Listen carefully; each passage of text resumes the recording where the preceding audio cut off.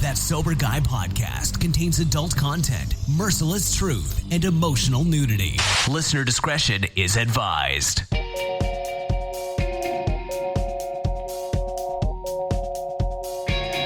Yo, what is up? Thank you for tuning in today. Thanks to Humans for bringing us in. Thanks to you for supporting the show. I'm Shane Raymer. You're listening to That Sober Guy podcast. We help people stay sober.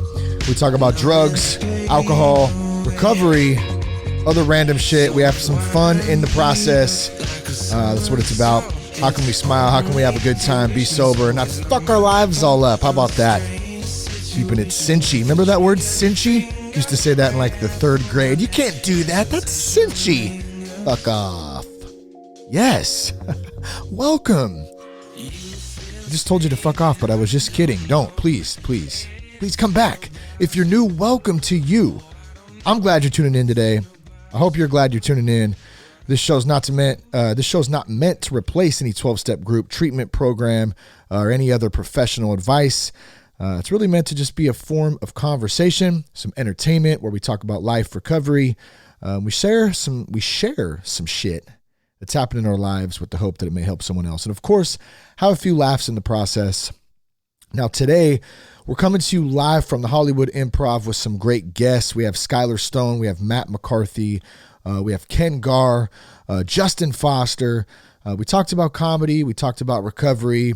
We talked about who would win in an all-out brawl between AA and NA. I thought that was an interesting take to hear everyone's perspective on that. We also played 7 and 7, which is where each guest is asked 7 questions. They got to give 7 answers in 7 minutes. We had a good time with that one. And if you like this segment, send us some more questions for some future guests coming up, and we can play it down the road. You can send those to @RealThatSoberGuy on Instagram or @ShaneRaymer on Twitter. You can DM me there if you have some questions and you'd like to hear more of those, or tell me if you like the 7 and 7 segment. Whatever you want. Tell me to fuck off. I don't care. Tell me I'm an asshole. Tell me you love me. Tell me you're glad I'm sober. Tell me you're glad you're sober. Whatever it is, man, that communication line is key.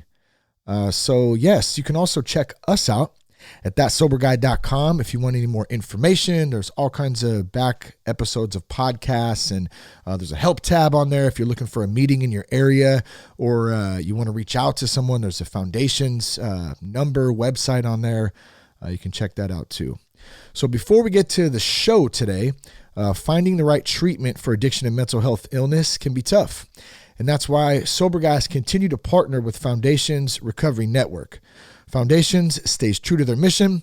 They have very high ethical standards, and they provide treatment in a nationwide network of residential and outpatient programs.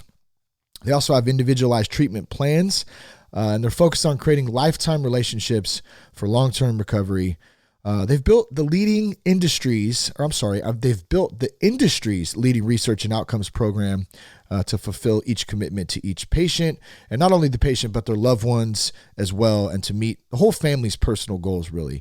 So you're going to be taken care of if you reach out to these guys. I promise you. I've worked with them for a couple of years now. To learn more, you can go to foundationshelp.com/soberguy, or you can call 833-81-SOBER. That's 833-81-SOBER. You can talk with an admissions coordinator. You can ask any questions. You can get some more info about what your options for treatment are. All right. So first and foremost, shout out to my buddy Mark Saratella for helping to put this show together. Appreciate you, man. Along with the staff from the Improv, Paige, Rick, Ryan from the Improv, Brian, the bartender who came in early, who didn't serve any bar drinks at that because obviously it was a sober show, but he showed up, man. Everybody showed up, and I appreciate everyone coming out, taking time out to come talk some recovery and have a good time. And then, of course, all of our guests who participated, man. Love you guys, and I appreciate you guys coming out as well. I appreciate you from the bottom of my balls is what I wanted to say. Yes.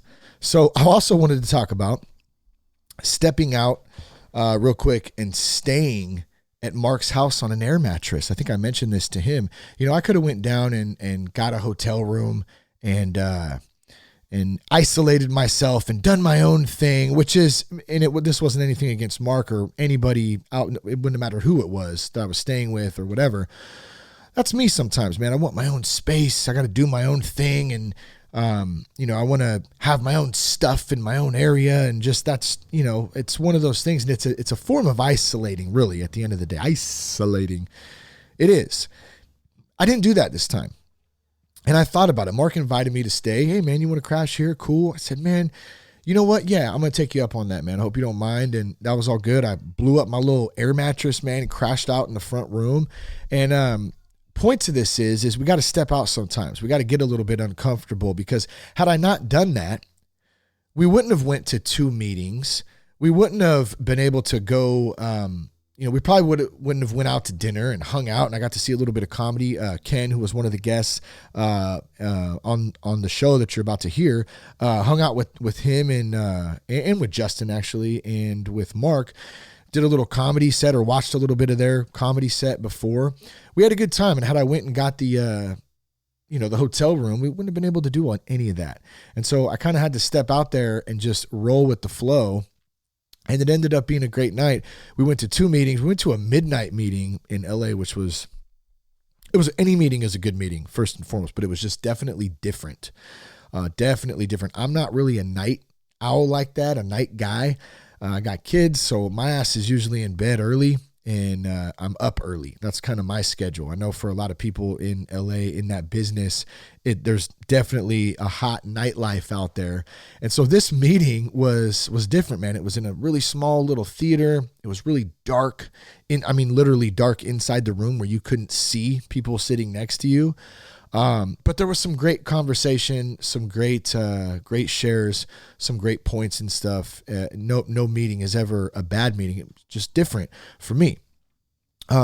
We went to another meeting the next morning, on Sunday morning, which was the day of the show. It was a 9 a.m. meeting, and that was like right up my alley. That was like that morning meeting. You got coffee. Everyone's up, kind of, the lights are nice and bright in there. It's the morning day. Just an excellent meeting, man. They did birthdays, probably 75 people in there. People connecting, sharing, lots of good thoughts, people showing emotions and just getting real with themselves. And a shout out to my homie Jason too, who I met down there, briefly the night before when we went out. And then we ended up sitting together at the meeting and stuff and shooting the shit afterwards. And that's what it's about. Like, you get out there and you connect with people and you meet new people. You find this community, this fellowship of other people who are just like you in some sense, who struggle with not just drugs and alcohol, man, because that's like the tool. You guys, I say this kind of shit all the time, but really just struggle with life stuff. And the way that a lot of us chose to deal with it was through substances, and when you get out there, I put myself out there and start meeting and connecting with different people through podcasting or, whatever it may be. Good things happen and fun things happen and different things happen, and you get uncomfortable and you grow, and it's really a beautiful thing. And it's just, what an honor it is to have that opportunity today, versus going down a path of death and destruction, really. So super grateful for that. Shout out to Hugo and a shout out to Rye, who both came out to the show. They were just like, I think Rye had like 8 days at the time, and I think Hugo was like maybe a weekend. He was real early on too, and they both I got to connect with them both after the show, both on Instagram and in person, which was awesome. That's why I continue to do this stuff. It helps keep me sober. I have a good time doing it, and I get to connect with so many good people out there. So thank you guys. I drove home directly after the show. I left LA at like 8 p.m. I got back in Vacaville about 2:30 in the morning. I was tired as shit. I just freaking cranked up Tool for probably the last 2 hours. I don't know if anybody is familiar with the Enema album of Tool. And then I think I eventually got into even some Perfect Circle, but I was on a Maynard James Keenan kick at the time. But that Tool album, man, got me down 5, and I had that shit just blasted. I was kind of starting my own mosh pit at 1 in the morning in my car, just getting all gnarly and having a good time. I kept having to roll the window down and roll it back up. And you know how it is on those long drives, and you're just trying to make it through, even coffee sometimes. it doesn't always do the trick on a long ass drive after a long ass weekend like that. So I was very grateful to get back home to my family. Man, what a good time. I made $25 on the show. Okay. So if you're wondering, does he make money on these? I don't make shit on them. Okay.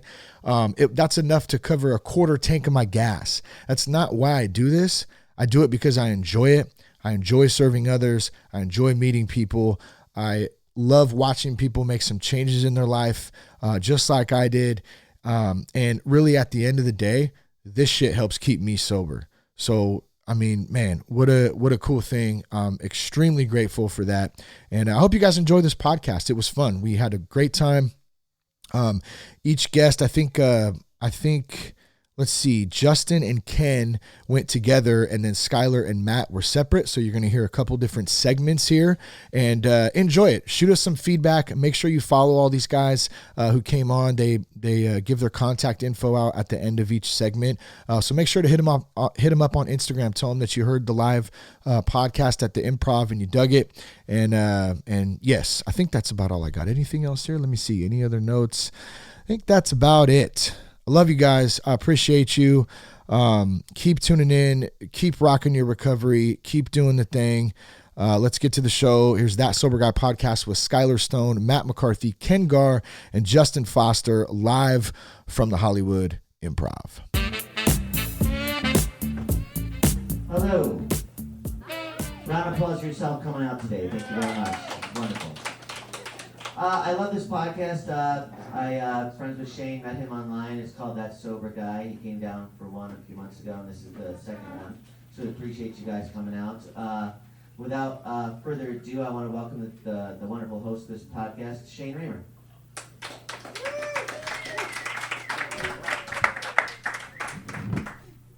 Right on, guys. Thank you very much for coming out tonight on a Sunday, or today, should I say. So it's really good to have everybody out here. Man, we got some great guests lined up tonight. We're going to talk a little bit about recovery. We're going to have a good time. We're going to have some fun. Real quick, I started this show or podcast. I got out of rehab in 2013. And I started the show about 6 months later just to help keep myself sober and at the same time have a little bit of fun, keep me busy, and then offer a platform for other people to share and talk about their own recovery, talk about their life experience. And it's turned into something really special. It's a great community of folks, and so it's an honor to have you guys out tonight. And let's do this thing. So first up, we have two guests coming up first. Let me introduce both of them, and we'll bring them both up. The first one is Ken Garr. Ken grew up on the south side of Chicago. He's the son of a retired firefighter and homemaker, and proudly hails from 3 generations of firefighters. As a graduate of the world-famous Second City Conservatory, please welcome Ken. There he is, right there, ladies and gentlemen. Ken. Hey, Ken. Hey. All right, and then we got Justin Foster, too. I love it, man. Go ahead. Yeah. Hey. Hi, everybody. Justin Foster. You don't need to read his bio. Was that It's my fine. intro? No, it's your intro. You don't need a bio. That's all you get, Justin. He has cool. accomplished nothing. Wow, Ken his family was born Thank and you so struggled. much. Here's Justin. Blue collar roots, guys. I love it. What's up, guys? How you guys doing? Welcome to That Sober Guy fucking podcast. I'm so excited right? to be here on the Sober Guy podcast. Yeah. That's just I'm amazing. just so happy much. to be next to Chicago native Ken Garr. Yeah. Oh my God! I've You're met welcome. like 3 people from Chicago this weekend since I've been out here. It's kind of Yeah, there's a weird, lot man. of us out here, Yeah, dude. I Making our noticed dreams that. happen. Yeah, absolutely. Yeah, you and I had dinner last night. We did. We got some barbecue, and I threw it up this morning. And it's my second time throwing up as a sober person, and it's not fair. Like, life isn't fair. Like that's the reason I quit drinking, so I don't have to throw up anymore. And then I woke up and threw up, and I was like, "This is all like I'm just like mad at God this morning." I was like, "This is sucks." A little bit of food poisoning. It was awful, dude. Like, the food was amazing, and then this morning my stomach was like, "Nope, we're Yeah. good." I'm like, "All right." Good stuff, man. Yeah, thank you so much. That's all I had today. Yeah. That's all I wanted to share. Hey, Justin. Did you throw up, Justin? No, I haven't thrown up in 5.5 years. Good for you. Wow. Hey, man. Yeah, let's see. That's a Hell little yeah. love That's right there. recovery right there. Yeah. Put that on my shit. bio next time I come back. Wow. Read his bio. He's mad. Read his bio. Okay, don't read my bio. Read it. Come on, let's read it. No, Let's read read it. it. No. Read it. Justin Foster is a native Texas comedian now living in Los Angeles. Hell yeah. He's been featured on the Joe Rogan podcast and the Burbank Comedy Festival, San Diego Comedy Festival, Fresh Faces at the Laugh Factory, and has been voted one of the top funniest comics in Texas by the Improv multiple times. Thank you very much. That's pretty damn legit. Wow. Thank you, guys. I like that. Thank you. Holy cow. Also hasn't thrown up in 5.5 years. And you haven't barfed in 5.5 Which I'm years. terrified to say because that's for sure going to happen tonight. So I far, do not miss throwing up. That was one of the worst things. Oh, I hated it. Just like the following Yeah. hangover or brutal, man. yeah. That alone is worth the sobriety, is not feeling those hangovers. And like, Totally. like I'm here on a Sunday right now. This is a miracle. Right? The fact that I'm here right now. I towards the end, like I couldn't drink without throwing up. Just on the bar. Sometimes, Just immediately, like, for sure. I'll take two. For Blip, sure. bop, off. All right. How long? Well, let me ask this: Who's Sure. sober in here? Who's sober in this room? All Awesome, right. good stuff. Cool, Let's cool, give, can cool, we cool. give a little love? Yeah, man. Yeah, that's good shit. Good for you guys. The bartender's Yeah. going to make $1.50 today. Yeah. That's about it. We're good tippers, sober people. Yeah. Yeah, we have got money. nachos Yeah. and wings. We got money now. Yeah, exactly. I mean, I do. I'm wearing a sports coat. So. Yeah, it's really nice. Dressed really up for good. radio, right? Yeah, right. That's good. So I understand, Justin, you are Ken's sponsor. Is that correct? Allegedly. Allegedly. What does that look like? What's that dynamic? He'll call me once every couple of months when he's miserable, and I'll tell him to go to a meeting, and then I won't hear from him for another month. He tells me to go to bed a lot, which is weird. Yeah. I'm about to call him up like, my life's crumbling because something happened in traffic. He's like, go to bed. I'm like, it's 3 p.m. He's like, go to bed. I'm like, okay. And I just go to Go to bed. sleep. Call me tomorrow. He's like, you can't fuck up if you're in bed. I'm like, oh, cool. Well, Yeah, well, that's not true. But That's true. Yeah. different meetings, I guess. What's your guys' sobriety dates again? Mine is October 6th, 2017. Nice. Okay. Yeah, Justin? December 30th, 2013. What's been the hardest thing about staying sober? Not drinking alcohol. That's pretty good. Oh, wait, you're not supposed to do that'd that? probably be the hardest thing. It is. that I don't drink anymore. No, I think for me, so like a little bit of background on me. I haven't had a drink in 3.5 years, but I took I was smoking weed the first year, and then I got honest with my sponsor, my new one, because for me, I had a real struggle internally about well, this is AA. It's just I have a problem with alcohol. I don't have a problem with weed. I hardly smoke any. It's only 4 times a day. You know what I mean? When I wake up. Yeah, and so just to get through life. But once I got I got honest and this, for me, recovery is about honesty. It's about having integrity. It's about just kind of living that spiritual path. And so once I quit smoking weed, I reset my clocks, which is very humbling. But I think the hardest thing for me is once I kind of quit all of it is just letting those kind of feelings flow. You know what I mean? You actually have to feel shit now. Yeah, that's just tough, awful. man. Everyone's and as you guys, as you guys have been, everyone's like, oh, is it hard to be in a bar? I'm like, no, man, it's just hard to sit in traffic in LA, or it's hard to deal with the guy at CVS that isn't doing everything I want according to his life. You know what I mean? So. It's hard to be at a library. Yeah. The hardest part for me about staying sober, I guess, is sponsoring Ken. Yay! Hello. There it is. I was kidding. High maintenance. No, I think you hit the nail on the head right there. It's just dealing with people Yeah. sober. Yeah. Things not going the way that you expect them to. I know I had a tough time with expectations. You should fucking do it this way, and if you don't do it that way, then you're doing it wrong, right? Trying to catch myself doing that now. I have to stay locked into that sponsor, that kind of stuff too. What's the LA sober community like? I'm from Northern California, from the East Bay Area, so it's great to be down here. I got to get to a couple meetings. Mark and I, we went last night to one and then one this morning. Both two different ends of the spectrum. 11:30 p.m. versus a 9 a.m. So totally two different kind of groups. But what's that community like down here?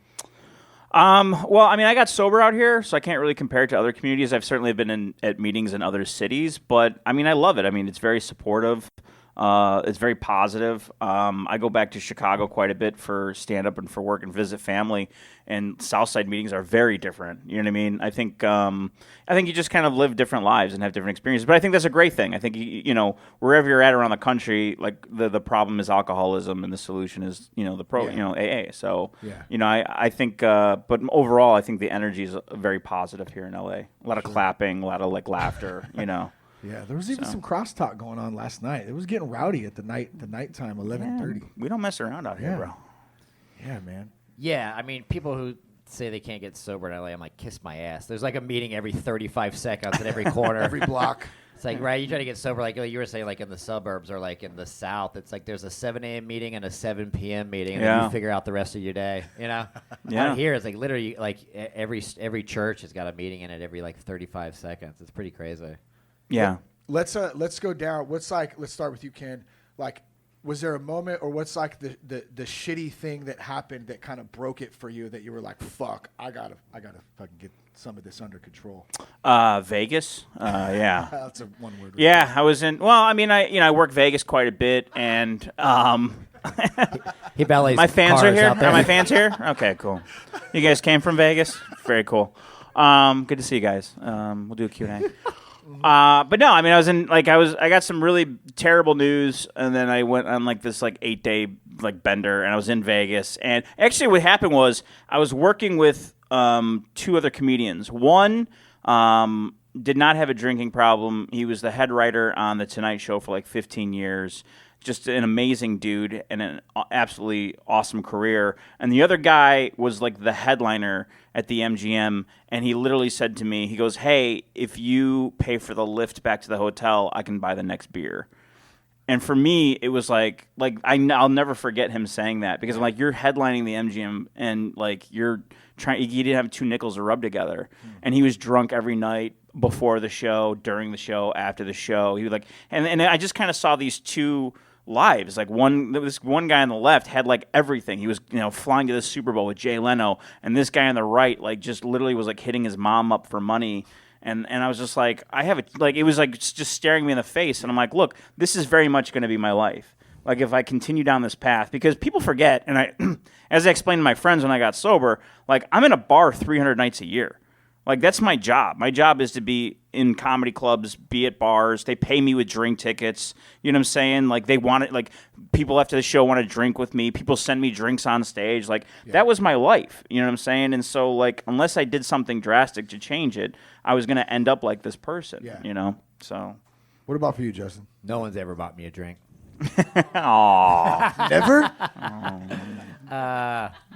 The sober guy had everything except the headlining spot. He was still opening. I think for me it was just the mental, towards the end, to me it was just, I just couldn't get out of bed till 7 o'clock, 8 p.m. And it was a lot of like really bad hangovers and a lot of unmanageability. And I was like the dude, if I was drinking at midnight, I'd be calling the people that I had plans with the next day, canceling, saying I had a cold or whatever.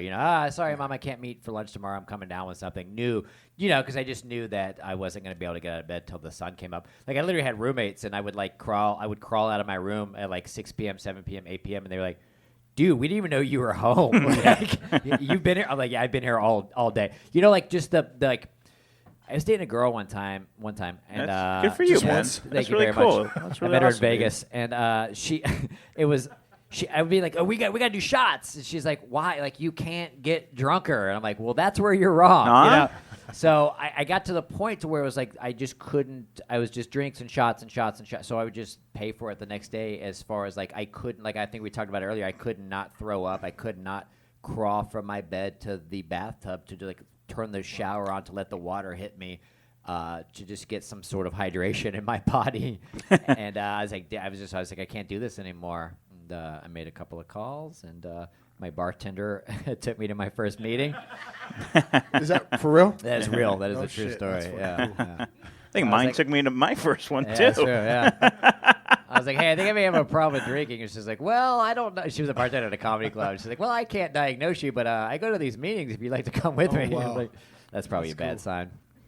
Yeah, we get that question a lot. Like people that work, night shift, bartenders, comedy, whatever it is. Like, how has that changed for you guys? Like being in comedy and having to be. I mean, you talked a little bit about it. Like, what's the difference between when you were drinking and doing it and then sober? Like, you tell a big difference, or? Oh my God, I honestly don't think that I should. I'd call it a comedy career. I don't think I should start the time until I got sober. To be honest, like I've been doing comedy for 14 years, and the first shut up, Ken. I'm still hosting in Vegas, and Prim. Let's be honest, I'm hosting in Prim. This is his first show at the Improv, by the way. Thank you very much, you guys. Who do I send my avails to? Who books this? I don't know if I was voted funniest comic in Texas at the Improv. No, but honestly, like the first, like I don't know, man, 8 years was just me getting hammered on stage, like okay, like muscling through the set, right, just powering through it, and then going to the after party or drinking or you know what I mean. It was all about the hang, and it was never about really the comedy until I got sober, and I was like, oh, I can actually like write shit, and you know what I mean. So like to me, like opened up everything as far as like performing and writing and like being comfortable on stage and not having to like just be numb all the time. I would have a styrofoam. This is really bad. I would have a styrofoam cup of like red wine. I would actually just in Sharpie had written my jokes on it for like a 5.5 minute set or 7 minute set or whatever. And now I can remember up to 9 minutes. So good for you. Thank you very much. So improv, if you guys want to book me, I'm available. Yeah. That's good. So you would write on the coffee cup, what do you do for a living, sir? Yeah. Okay. All right. Where did you guys meet at? Where did you meet at? Cool. All right. What Plug about merch.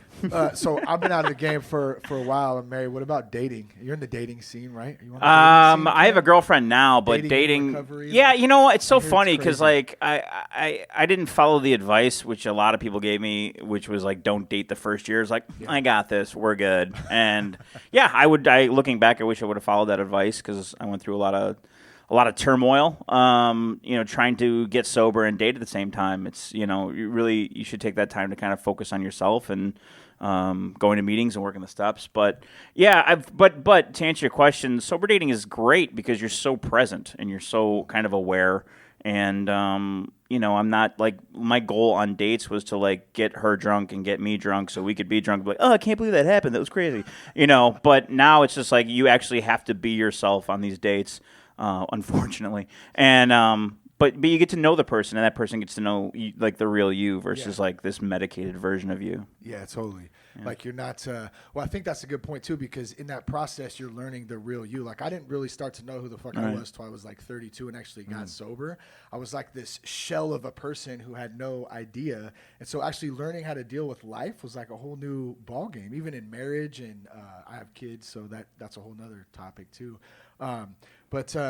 Yeah, I don't even fucking know where the fuck I was going with that. It's a good one, right? Yeah, it's great, man. I know. There's that That's about all alcoholic the brain, weed, bro. man. It's Yeah. just rolling like that. It's great. I want to hear more about the sponsor, like mentor type of thing, though. That like from with you two, because I thought that was cool that you guys, have that relationship. I know for me, sponsor, it took my recovery to the next level when I actually found a good sponsor who I connected with, who could not tell me what to do, but just share shit, his experience to help kind of guide me along and working through life and the steps and all that kind of stuff. Well, like the first time I met Justin, I mean, I was obviously drinking at the time. I think you were newly sober, weren't you? Yeah, it was like a day. Yeah. But like I just, I mean, like I didn't know when I moved to Los Angeles, I didn't know anybody, and like he and I just gelled right away. And so, I would go to like, where he worked at. He worked at a comedy club, and I would go drink in there and do sets. But I just started asking him questions about like sobriety. I would just be like, I was very curious. I've been wanting to quit for years, but I had a wedding coming up, so I couldn't possibly quit. I mean, it's a wedding. They were open bar.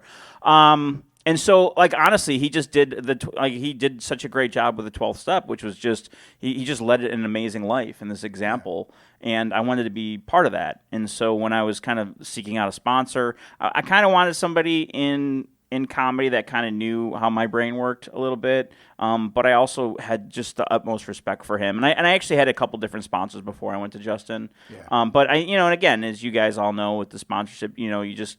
That happens, sometimes you're just not jiving with somebody or, sometimes you just, the Lord or your higher power over points you in the right direction. And for Justin, I've always been very comfortable just kind of reaching out to him.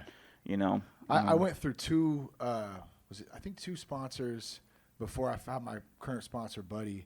And that was it. Like His name's Buddy. His name's Buddy, dude. I Buddy feel like- C. He's from Georgia. Yeah. He's fucking awesome. I feel like every guy named Buddy's sober and a sponsor. I gotta call Buddy, man. Yeah. Just go to bed, bro. That's all you gotta do. Quit calling me. I'm turning my phone off. That's funny, man. You guys want to play the 7 and 7 game real quick? It's not a What drink, is I that promise. game? It's not a What drink. is That's why we that? named it that. I don't 7 think and we 7. can play that game. 7 questions, 7 answers in under 7 minutes. Real quick, okay? All right. First question. So are we both answering, or Yes, you should we both have to switching? answer. Okay, Yeah, go ahead. Yeah, you both have to answer. Okay. First question. First thing you do every morning when you wake up. Hit my knees and make my bed. Yeah, same for me. Yeah. Yeah. The difference between sober sex and drunk sex. Way shorter. Less apologizing. Oh, yeah, that's good. Less crying on Ken's part. He's not just my sponsor. I say go back to bed. This is by far my favorite question. Are you a folder or a crumpler? Folder.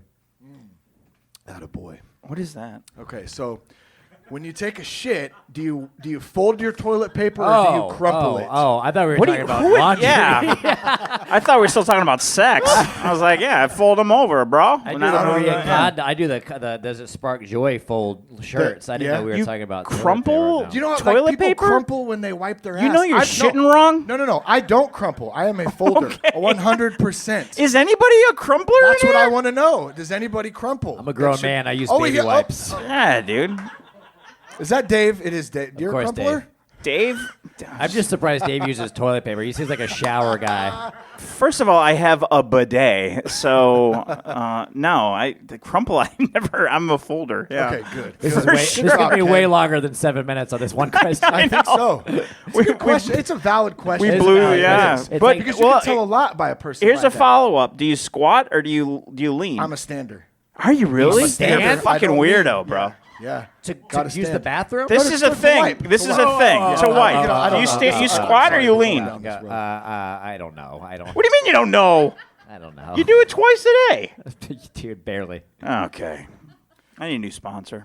All right, next question. Can't be having squatter sponsor me. Would you rather be Mm-hmm. a Scientologist, Yes. president of the local bowling club, a Mormon on a mountain bike wearing a helmet mowing random people's lawns, or drunk? I'm one bad set away for joining Scientology, just so I can have a career. So that's me. That's my answer. I like the bowling thing. Yeah, that's yeah, what- man. that's what I Because like they get too. bowling players have these Bowling's weird fun, groupies, man. bro. Yeah, totally. You get to wear cool shirts Yeah, and shit. they all They do? smoke. Yeah, they smoke like Winstons and shit. Oh, that's They're hot. fucking Yeah. hot. They're all named Buddy. Yeah. Buddy. Love you, buddy.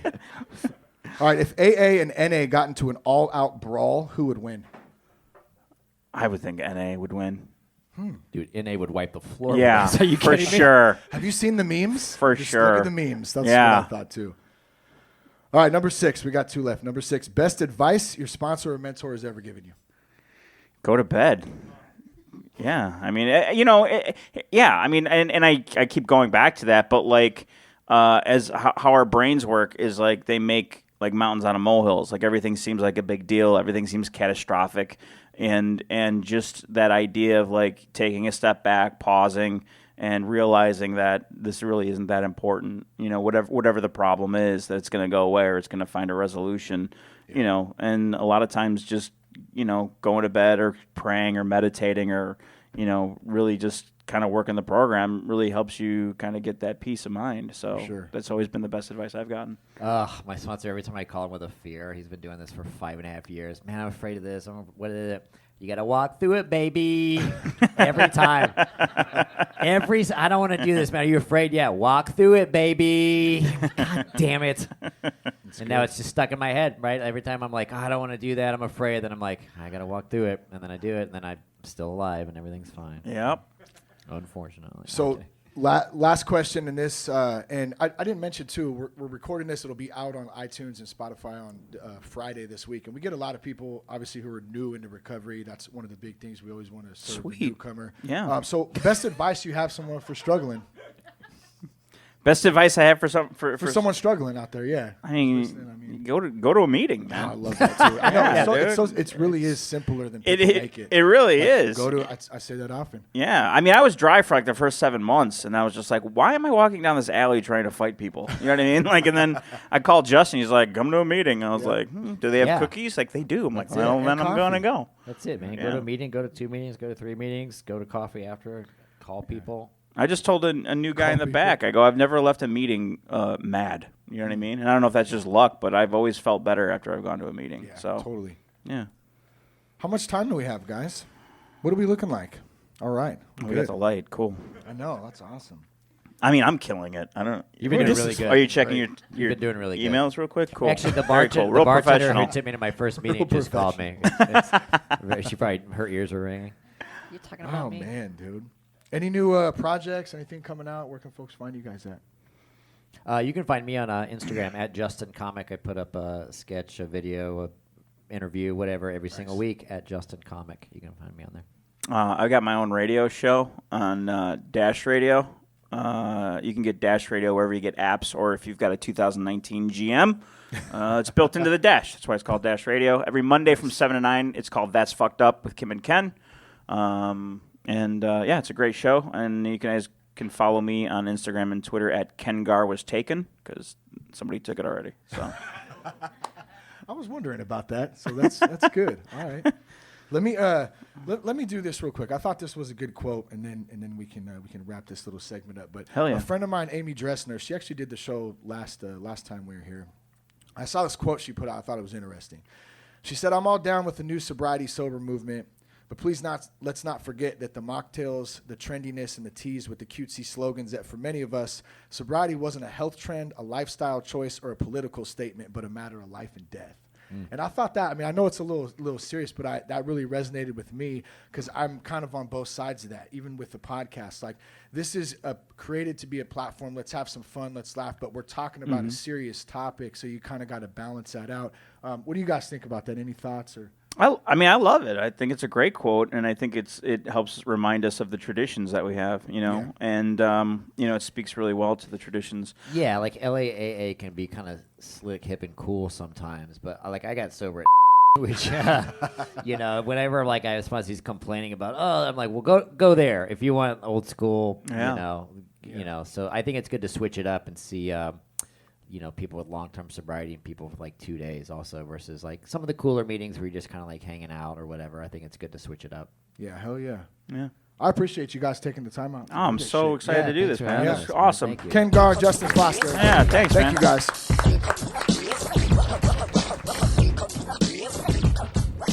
All right, our next guest is an American comedian, writer, improviser, and actor living in Los Angeles. He's best known for his appearances on The Pete Holmes Show and collegehumor.com. And he's also the host of We Watch Wrestling podcast. Give it up for Matt McCarthy.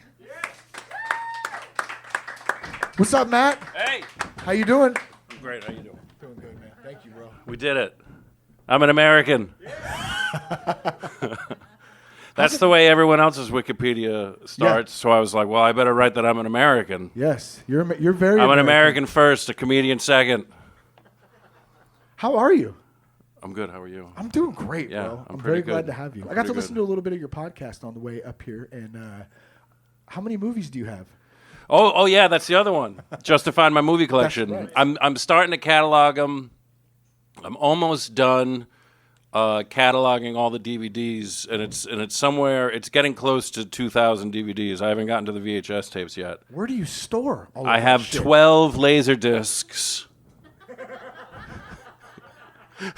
which I'm very proud of. Nice. I have a nice cabinet that IKEA was like, oh, you can put china in this, or trophies. Where I'm like, no, those are where the VHS tapes are, and the DVDs are just, they're on the floor, but it looks nice. Nice and set up. Yeah. How does the wife like that? She gave me the greatest gift in the world. I kept saying, I got a real problem with this. She goes, no, baby, you have a passion. And I was like, I'm going to Goodwill right now to buy more then. They're out there too. Yard sales, Goodwill, all those places because the VHS, man. Yeah. What about Beta? Do you got anything on Beta? No, but I'm There open. you go. I'm open to all experiences. I'm going to be looking up in Northern California now for some beta shit, and I'll let you know if I find any. Dude. Best movie of all time. What's your favorite movie? My favorite movie of all time is The Blues Brothers. Oh, yeah, right? That's a good one. My new favorite thing is we go to wrestling conventions a lot, and I'll ask wrestlers what their favorite movie is. And I got into, I asked Kevin Nash, Big Sexy. Yeah. I asked him what his favorite movie was, and he's like, of all time? And I'm like, yeah. He's like, I kind of go back and forth between Pulp Fiction and Goodfellas. Oh, I'm like, oh, yeah, Goodfellas is great. He's like, yeah, I mean, Robert De Niro, Joe Pesci, the Chantex guy. Oh, shit. And then we started quoting he's like, hey, who Karen? Who doesn't love Karen? They would have found it. That was all the money we had. We start doing that scene together. I'm like, they would have found it. They never would have found it, Karen. They would have found it. These are the moments of our lives. Have you Niagara. reviewed The Breakfast Club yet? Have I ever on the show? Have you reviewed that on the show? I didn't No. back and back. No. That'd be a good I thought you were asking me if I've ever seen The Breakfast no. Oh, yeah. Club. I'm I sure was you've like, seen huh? one of the best movies ever, I think. So good. Totally. Yeah. You got to review that one. I will. see it. Okay. I'll do that next week. You do it just for me. Because of you. Woo! Yeah. All right. You heard it here. Doom, doom, doom, doom, doom. First. MTV News. Anyone? Kurt Loder? Tabitha Soren. Yes. So you're a big wrestling fan? I love pro wrestling. Yes. Yeah. You've been Love to it. lots of live wrestling events as well? Yeah. I might be going later tonight. You never Really? can tell. Is there really one tonight, or am I just... Probably. Go I don't. Bulls? I'm not going. Okay, But yeah. Good. yeah, I love it. It's the best. We did a work event, and the theme was wrestling. So I got to wear wristbands and like wrestling shit. I was Ooh. never into wrestling so much, but I found a little passion for it just getting into it. And then my son got into it. We fucking wrestled together. It was awesome, man. My son was wrestling one of his friends today. I saw a video of it. They were just running. They were at the science center or something, and they were just running into each other and falling down. It was a thing of Nice. beauty. You can call that wrestling. Yeah. Pretty damn close. Well, he's rolling on top of him and stuff, Yeah. and I'm like, this is great. He does, like my son, he's 3.5, so like he'll hold my hands and then he'll like run up my body, and he'll wrap his legs around my neck, and since he was like really small, I've always said like, flying head scissors. Now he says it now. He's like, flying head scissors. It's great. And then the only way out is I have to power bomb him on the couch. Pile driver, baby. Yeah. many kids Then you I have? choke him until he passes out. Just the one, just him. That's it. Oh, just the one kid you have? Yeah. Just the one boy. Right. Nice. Yes. Nice. Yes. So when did you get sober? November 24th, 2016. Nice, bro. Nice. Yeah. Good stuff. Yeah. Gotta give it a clap, man. Yeah. What did it look like before that date? They tell me I was having a lot of fun. No, I mean it was fun, and then it wasn't, and it was also just very. I was just a very unhappy person. Yeah. Yeah, very. Like miserably unhappy that's what drove you to the point of getting sober eventually?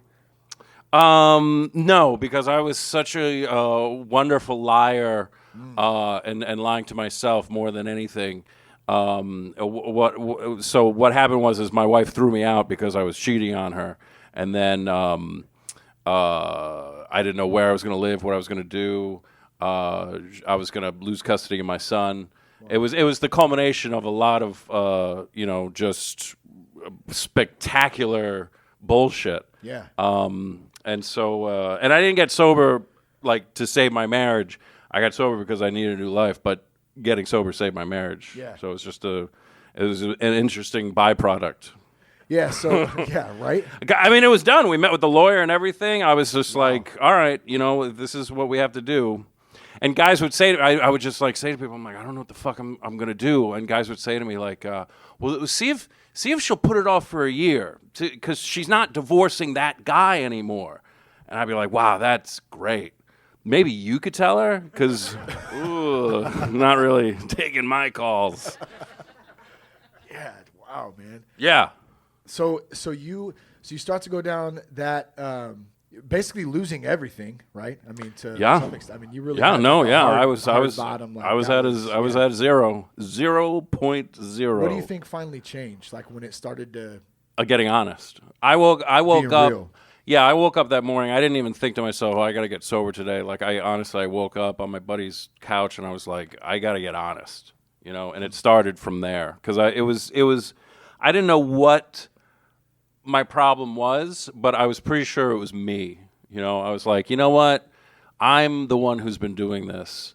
I need to figure out a new way to live because the old way has not been working. Yeah. Man, that's crazy. So so how old was your son at this time? I guess he's 2016. So he was just a baby. He just turned 1. Yeah.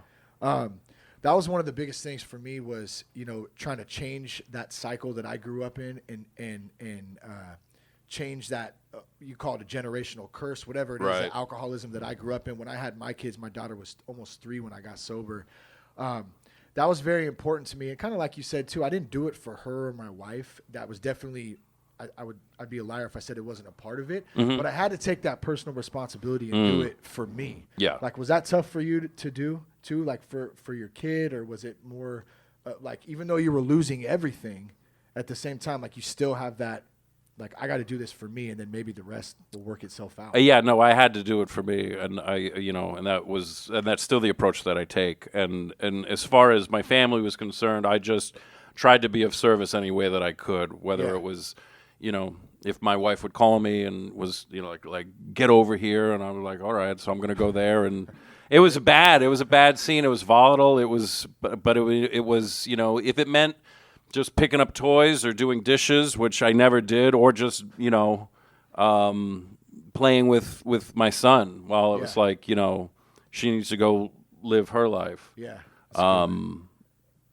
Or even just getting a divorce. Like if I'm like, if this is what you need, then okay. If you need me to sign away custody of my son, then I will do that. I will do whatever I have to do to be of service to you right now. Yeah, that's good, man. Yeah. I was going to say a little shout out to your wife, to all the wives, the spouses out there, because that seems to get sometimes put on the back burner because we're so fucked up sometimes that we don't think about the loved ones of people in recovery. I think that's important to point out sometimes. Yeah, well, I mean, it's been pointed out to me that when we're sick, we make everyone around us sick too. Yeah, totally. Yeah.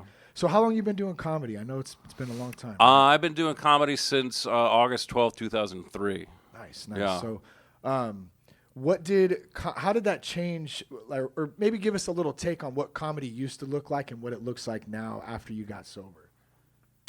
Oh God, I mean, it's fun again. It's strange because I've been in this room, I've been in this club many times, but this room in particular, for whatever reason, is kind of the room that I picture in my head when I picture performing loaded and then performing sober. This is actually the first room. This stage was the first place I performed in sobriety, and it was terrifying. But before, I just remember it felt like a tightrope walk where I was trying to finish the set. If I could just be on stage fucked up and just recite the jokes and get through that, then because it was terrifying performing loaded for me because it was just I was like So you were more scared to perform loaded than sober back when you were getting loaded. Did I understand that? Well, towards the end, yeah, I guess so. Okay. It was one of those things where I was just constantly sabotaging myself and questioning myself in any aspect I could, and now it's fun and it's light and it's like earlier today I was like, I got home and I was like, oh, there's dishes and there's the dog, and I was like, I don't feel like doing anything, but I was like, you know what, I'll feel better if I do our dishwasher's broken, so I got to wash everything by hand like I'm poor, and then but I got to do that, and Please tell me you put an apron on when you do that. No, I did use one of the dog's towels to like wipe water off the there floor. you go. That's perfect. And then I walked the dog around the block, and it was great. And then all of a sudden, I still had like hours and hours before the show. I'm like, it's like, you think like, oh God, doing the dishes, this is gonna take all day. And then I kept thinking, oh, I got something to do later, and I had that dread of like, oh God, I got to go do something. I was like, oh God, I got a show. And then I was like, wait, I'm excited to perform again, as opposed to just like, oh, fuck. Oh, God, that thing that I want, my dream. Oh, what a pain in the ass, you know? Like, for real. That's like crazy. Like, just that thought process right there. Yes, of like, what a fucking drag it is that I get to do the thing I want to do. For real. So that's been the biggest shift of like, oh, it's fun again. I'm comfortable on stage. If I'm not getting a laugh every fucking, millisecond, I don't feel like a failure or a fraud or fucking, I'm not going to like focus in on the one person who's not laughing or, I don't know. It's just, I can actually breathe again. Yeah. Well, like that you said a couple times too, like it's fun again. I think that's that's another big one. Like I know for me, when I was partying and like that was fun at the time, but it's like then when I switch over and I got to quit all this, like how do I still have fun? That's all I know how to do. Like that was my whole environment. Sure. What are some things or how have you experienced that? Like genuine fun, whether it's with your son, your wife, doing comedy, like it's totally different, that fun versus what it was, when we're using. I don't know. I mean, it's just it's unpredictable. It's just being. That's maybe part of the fun that it's unpredictable. That is part of the fun of just just being present and just enjoying whatever it is that is in front of me. Even if it's a conversation with someone of just like, well, this is what I'm doing right now. I get to talk to this person, and I get to listen. It's just it's just my perception it allows me to actually enjoy my life now. Yeah. As opposed to feeling like, well, something's missing. I need something fun, and I need to be ecstatic. I was like, if I wasn't having the best time in my entire life, elated, then I was miserable, and it was always over there. I got to go over there. Something better's over there. I'm missing out on it. Grass is greener type. Oh fucking God! The grass is greener, and they're all smoking it without me. Do you still get cravings to drink or and if you do, like what does that look like? How do you deal with it? I don't know. I suppose so, but I kind of crave. Yes and no. I mean, I have different cravings now. I don't physically crave it anymore, because I've treated it physically. Now it's more of a, spiritual thing of like, if I can not be an asshole, and if I'm not like motherfucking people all day, like, oh, this motherfucker, oh, this fucking asshole, what the fuck is, Yeah.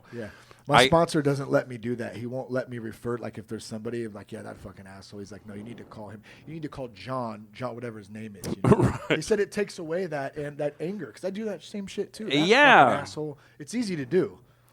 Yeah, I think I crave positivity, but I mean, it's just, I think I've just been more in touch with my feelings than not even more than ever, just for the first time ever. And so just realizing that, a feeling is just a feeling. It's not a fact. It has a beginning, a middle, and an end. And the only reason I would be trapped in the middle and just not realizing like, oh, well, I'm going to feel different soon. Yeah. As opposed to wanting to just dig a hole in the ground and sit in that. Because it's just a big part of my my disease is retreating. Running, running, I'm just gonna go. Did you run like when you were a kid? Did you run away from shit? I know I did. That's I spent a whole summer vacation when I was probably 10 or 11, hiding in the woods, just because I was like, trying to not be seen. I didn't want to be seen by anyone. I was convinced all the kids in the neighborhood hated me, and I literally sat in the woods. I would get up as early as I could and just ride my bike. And I would just sit in the woods all day and listen to Guns N' Roses' Use Your Illusion 1 and 2 just over and over again. It's a good album. November Rain on there, nice and sad. Nice and sad. Yeah, it's really sad when it's like, oh, God, I'm going to turn the tape over for the third time today. It's really sad. Oh, man. So, man, what does it look like for you today, bro? Give us you've already alluded to some stuff, obviously, but like just life is obviously a lot better since you got sober. Like, what is that like, man? I mean, I actually have a life now. You know, I get to be a dad. I get to be a husband. I actually get to be a human. You know, I'm just I don't know. I'm just very grateful. I used to think, God, I'm so fucking lucky, but now I just realize I'm just really grateful because I just get to live my life now, you know, and I didn't have much appreciation for that before, you know. Gratitude. Yeah. Can we not play 7 and 7? I can just ask you if you're a folder or a crumpler. Let's do all of them. Okay, let's do it all. I used to drink 7 and 7s because of in Goodfellas. Yes. And it was so weird when I started ordering them because in the movie it's like somebody handing them a glass of water, and I'm like, they're brown. They're brown. It's 7-Up and Seagram 7. That's a weird combination. I always thought too. Maybe they were it was delicious. Just the color, but yeah, they were good. I used to drink them at Clark's outside of Fordham University. Oh. 7 and 7. Ooh. How you doing, Hendry? Yeah. Ooh, yes. Fordham University. The Rams. All right, let's do 7 and 7 real quick here. Number 1, Matt. First thing you do every morning when you wake up. I think really hard. I try to figure out what day it is, and like honestly, I'm like, all right, what day is it? And then and in doing that, I honestly I would.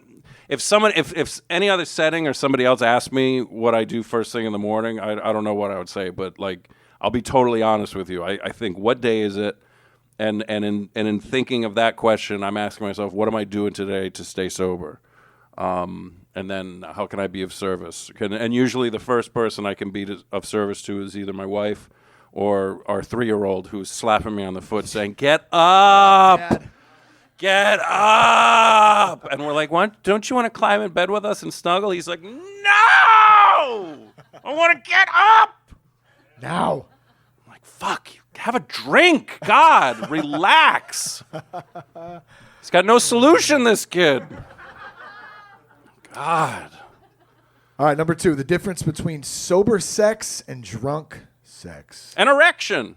A boner. I love it. Yeah. Yeah, good old-fashioned boner. Nothing. I just like that word, too. It's a funny word. Any Dead Kennedy fans out there? Oh, yeah, dude. There you go.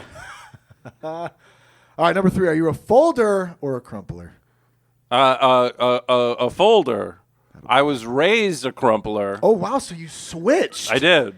What led you to the switch? Just realizing, like, I don't think I'm doing this right. Just Dude, there's such an art to it. Much like recovery. It's just a conversation you have with your innermost self, where you're like, you know what? I don't think I'm as clean as I should be. Not even could be, but should be. But my son, like, I crumple it up and I hand it to him, and I'm like, get at it. Go for it. He's wiping his ass and he's 3.5. That's pretty. He's getting really good at it. My son's almost 5 and he still won't wipe his ass. I don't know what it is. I try to get him to do it, but these kids and their rebellion, man, just ridiculous with their beads and long hair and refusing to wipe their asses. Oh. All right, if AA and NA got into an all-out brawl, who would win? All of us. Probably Al-Anon would win that fight. Because they're sober. That's right. Well, I guess they're all sober, but. All right, number 6, best advice your sponsor or mentor has ever given you, man. Oh, do you want to be happy or do you just need to be right? That's a good one. Fucking I still deal find with myself that. trying to be right. Yeah. Because it's fun. Because he even said to me, he's like, because I was said to him, I was like, well, you know, it's like you say, like, you know, do you want to be happy or do you want to be right? I'm like, well, like I want to be happy. He's like, actually, no, that's wrong. It's do you want to be happy or do you need to be right? And I'm like, oh, it's totally different when you put it that way. Oh, yeah. Remembering like it could have been worse. Oh yeah. You know, in all respects. Like I had a storage unit, you know, because I was like thrown, like I was like leaving the house, and I took, you know, I had to get a bunch of stuff out of there, and I had a storage unit, and then maybe like a week, not even a week, but like a month after having all this stuff in there, like the place flooded, and like all this wrestling memorabilia and comic books, all this stuff that I had, it was all soaking wet, and I called and he was like, and I tell him what's going on. I'm almost like expecting it to come of like, he's not going to let me get away with like, can you believe this, man? Like he was like, well, Yeah. it could have been worse. Sorry. Could have been your house. Could have been your family. Perspective. And I'm like, yeah, I know. Fuck you. Thank you. But he was right. He was right, you know. Number 7, best advice you have for someone out there who might be listening and struggling. Advice, I wouldn't give anyone advice. I would just say this was my experience, and it helped me. Maybe this would help you. And the first thing I did was I asked for help. You know, because no one can help me if I don't ask for help, and I can't help anyone unless they're asking me to help them. Totally. So that's what I would say. You know what I didn't do is ask anyone if there's any questions or anything or thoughts. Just want to do that really quick. Anybody? Any questions? Questions for Any Matt. questions? Why did we bench Canseco? Any Oh, questions in the back? What up? Yes. From the New York Times.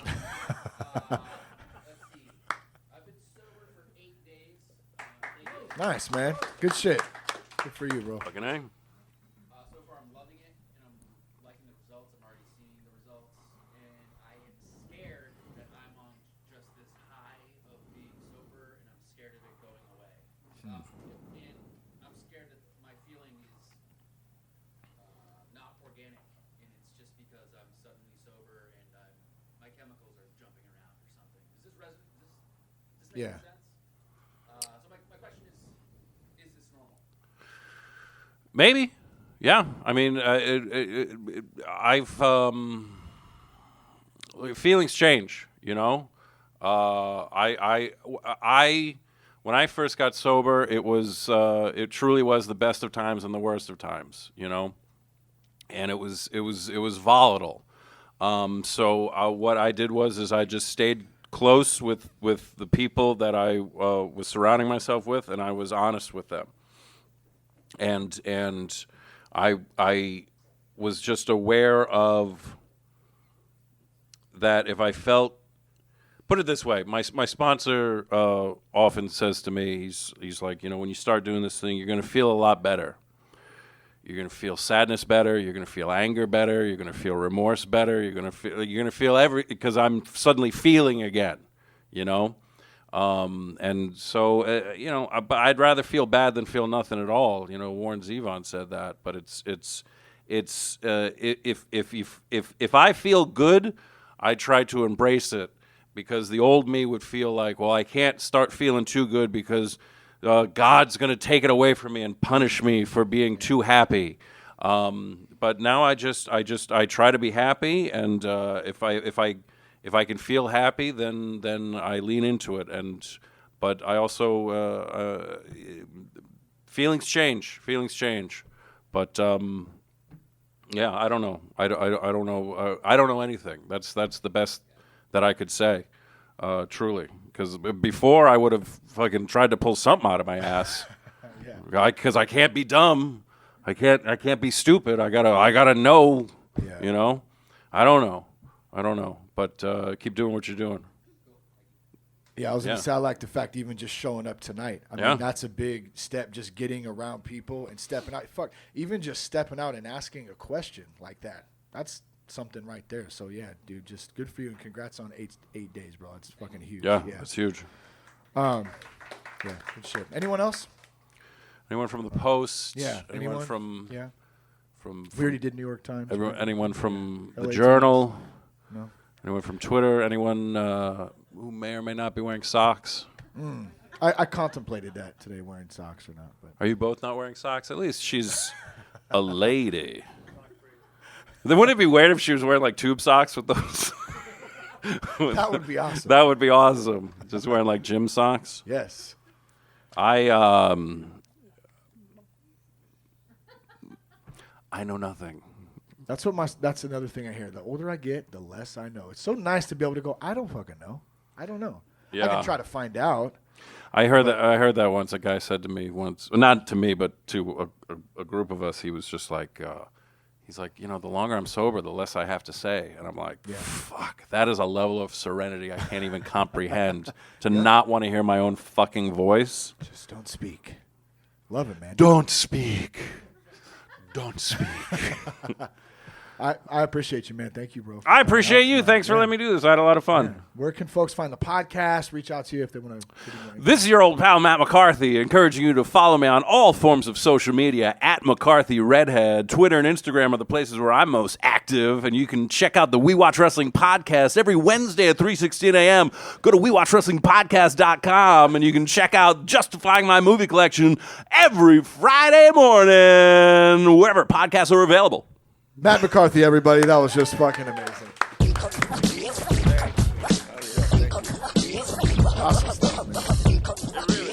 It really was awesome. All right. Our next guest tonight is producer, comedian, and writer. He has his own live comedy show every month here in LA at the Hollywood Improv. Let's see, called Skyler Stone and the People He Pretends Are His Friends. It's one of the top selling shows around here. It's awesome. Please welcome everybody, Skyler Stone. Woo! Yeah. How you doing? What's up, buddy? Thank you for doing a bio that's about 12 years old, by the way. Yeah, you're welcome, man. That's a show that ended in 2009. Oh, nice. Perfect, man. It's now called Comedy Rocks and has been for 9 years. No, I'm kidding. Awesome. We're off to a great start. Yeah, we're off to a fucking great start. My name's not even Skyler, actually. So you got that Change wrong, it? too. Okay. No, it is Skyler, actually. All right, got it. Actually, legally, my first name is Joseph. So you actually did get that wrong. But don't worry about it. I go by Skyler, so you actually got it right. I'm being a dick at this point. I don't even know what... No, it's all good. Where are we? Is this the I fucking... have no idea. I forget what day We're it here is at the anymore. Ha Ha Cafe on Lancashire, and yep. I like your shirt. Smells like cocaine and Dr. Pepper. What? I like your shirt. Thank you. Yeah. Yeah. It's Matt Foley. Yes, I love Did you know it's Matt Foley? I did. Or were you going to Fat get that? You're like, guy is that and a John little- Candy? Just gets everything wrong guy all day. All right. Yeah, no, I'm just that'd be kidding. great. Thanks, man. I appreciate that. Yeah. How's it going? It's good. Is this there's so many mics up here. It feels Yeah, like a you press can pick conference. one, either one you want. All right. This Yeah. one works? Okay, Yeah. cool. Yeah, thanks for rolling out. Thanks for having me. Yeah, appreciate it. You from Oakland? I am from the Vacaville, East Bay Area. So Okay. about 45 minutes out. Did you see Oakland the new fan. the Bash Brothers thing that the Lonely Island guys did? I watched about 30 minutes of it. It's fucking amazing. It's pretty damn good. Why would you Where turn did that they off? Come up with that? I fell asleep. It was Okay. good. I'm just fucking old. Yeah, it was so good. I fell asleep. People do that all the time, right? When they tell you they know. watch something, you're like, "Oh, dude, I watched like half your set the other night." I'm like, "It's a 5-minute set that I put on Facebook." 2.5 Yeah, I minutes. fell asleep. Oh, so it's that good? Okay, cool, excellent. Where did they think to come up with something? That's what I was wondering. I mean, Mark McGuire, Jose Canseco, that's, 80s right there. One thing I've learned about those guys. So I tested for SNL in 2005, the same day as Andy Samberg, and the second there were 12 of us there. The second I met him, I knew he was going to get it. Really? He had such a confidence about him, a kind that I've never seen before, ever, and I still haven't seen it since. He literally, if you meet him, he literally walks in the room like, I don't give a fuck about anything. Like, he's just Mr. But I think when you're that confident, you have a brain that literally comes up with fucking shit. Like, Well, because it's so unique to, I turned It's and so I go, unique. what the fuck is this? Have you guys Who would seen this? do You know something where like we're even talking about? Yeah, that might be good. Yeah, to the know Lonely about. Island guys, Andy Samberg, Akiva Schaffer, and Yorma Tacone. They're from the Bay Area, and they all got hired as writers and performers on SNL together, which is pretty sweet. That's a pretty sick situation. Oh, yeah. Get hired with your two best friends, and they write for you, because that's the whole thing on SNL. You might be great, but do the writers fall in love with you, and do the writers want to write for you? Like Jay Moore is a very talented comedian. He was on SNL, and nobody was writing for him. You know what I mean? Because he was the last guy to the club. Like Sandler and Schneider had already gotten on and become buddies, and Spade and Rock, and here comes Jay Moore, and had no writers writing for him. So anyway, Andy got his two best friends on there writing for him. Can you tell I did a lot of research on these guys after they beat me for SNL? I'm like, yeah. So they're born April 6th, right? 1977, and no, I'm like fucking Rain Man about Lonely Island. Just want to suck their dicks. Anyway, get a little talent in my mouth. They did a recent Netflix special where it's not even it's not even a special. I don't. That was what I was. Yeah, it was. There's just no category it was the for weirdest this. thing I had seen, but it was like music videos of them as Jose can say or implementing or. I don't even know. I don't even know what the word You is. what is it called, by the way? I don't remember. The Bash Brothers, or we can look it up. you just got to look it up. Lonely Island presents the Bash Brothers. Yeah, it's on Netflix. I think. If you look, they gave money to the podcast, and we're supposed to talk about them for Yes. 5 minutes. So, Yeah. You're welcome. if you guys have any more questions, we still got like a minute and a half to I talk think about so. it. Yeah. I can get everything else wrong real quick. Yeah. So just give me. So it's on Netflix, which is spelled NETF as in. Okay, good. Got it. Man. So now that we went over. Now that we just sucked Andy off on Pretty a much. podcast You for did say you wanted a dick in your mouth. So, I mean, hey, I don't know. Man, dude, I appreciate you coming out, though, man, Yeah, for real. yeah. And we're going to talk a little recovery stuff. You know what I got to listen to? I drove up from the Bay Area. I think I've said that like 16 times now. I listened to the podcast you did with Dom, which was great. With Dom Herrera? Yes. Yeah. Back in and I think You're like, no, the just- other Dom in comedy. Yeah, Like, no, like- I'm like, but- Dom Schofield? Dom. Okay. You had only been sober a year, maybe, I think, somewhere around there. You were fairly new in that time, Yeah. a few months or whatever. It was a great podcast, but you kind of got into the difference between in just being a parent too, and I'm kind of diving right in here to this shit. Like Yeah. being a parent is tough, dude. Those are the days when I'm just like, holy shit, like I might. Those thoughts come up, right? Like how is that being sober and being a dad now? Man? But what do I you got mean 4 exactly? kids. Like when thoughts of like just, Yeah, like thought, like stress, for instance, right? Like I have a hard time with screaming and just the chaos of my wife handles it so much better than I do. Yeah. How do you handle that being sober now? Well, God definitely answered a bunch of prayers. I can be quite a yeller and very intense. Right, Mark? Yeah. Mark Saratella, back in the room. Hey, Mark. Mark's seen me go full Michael Douglas, falling down a couple times. Yeah. So I think I probably have like how many amends do you think I have with you? Like 42? You haven't done any yet. No. I didn't say how many. I said how many are on the docket to do. Fucking smartass. All right. I have a lot. Here's 43. Now I'm calling you a smartass publicly. So anyway, no. What I was saying was I've always been a yeller and very intense, and something happened about literally. I'm now just a little over 2 years sober. Right. This is my second go at it. I had made it 1 year and 7 before. Had a nice little 6-month relapse. Almost lost everything. Actually lost quite a few things, but didn't lose everything. And then now I'm back in 2 years. And right when this 2-year journey started, this second time about 2 years ago, I yelled so loud one day regarding something. And ever since then, I lost the ability to yell to the capability that I used to be. Yeah.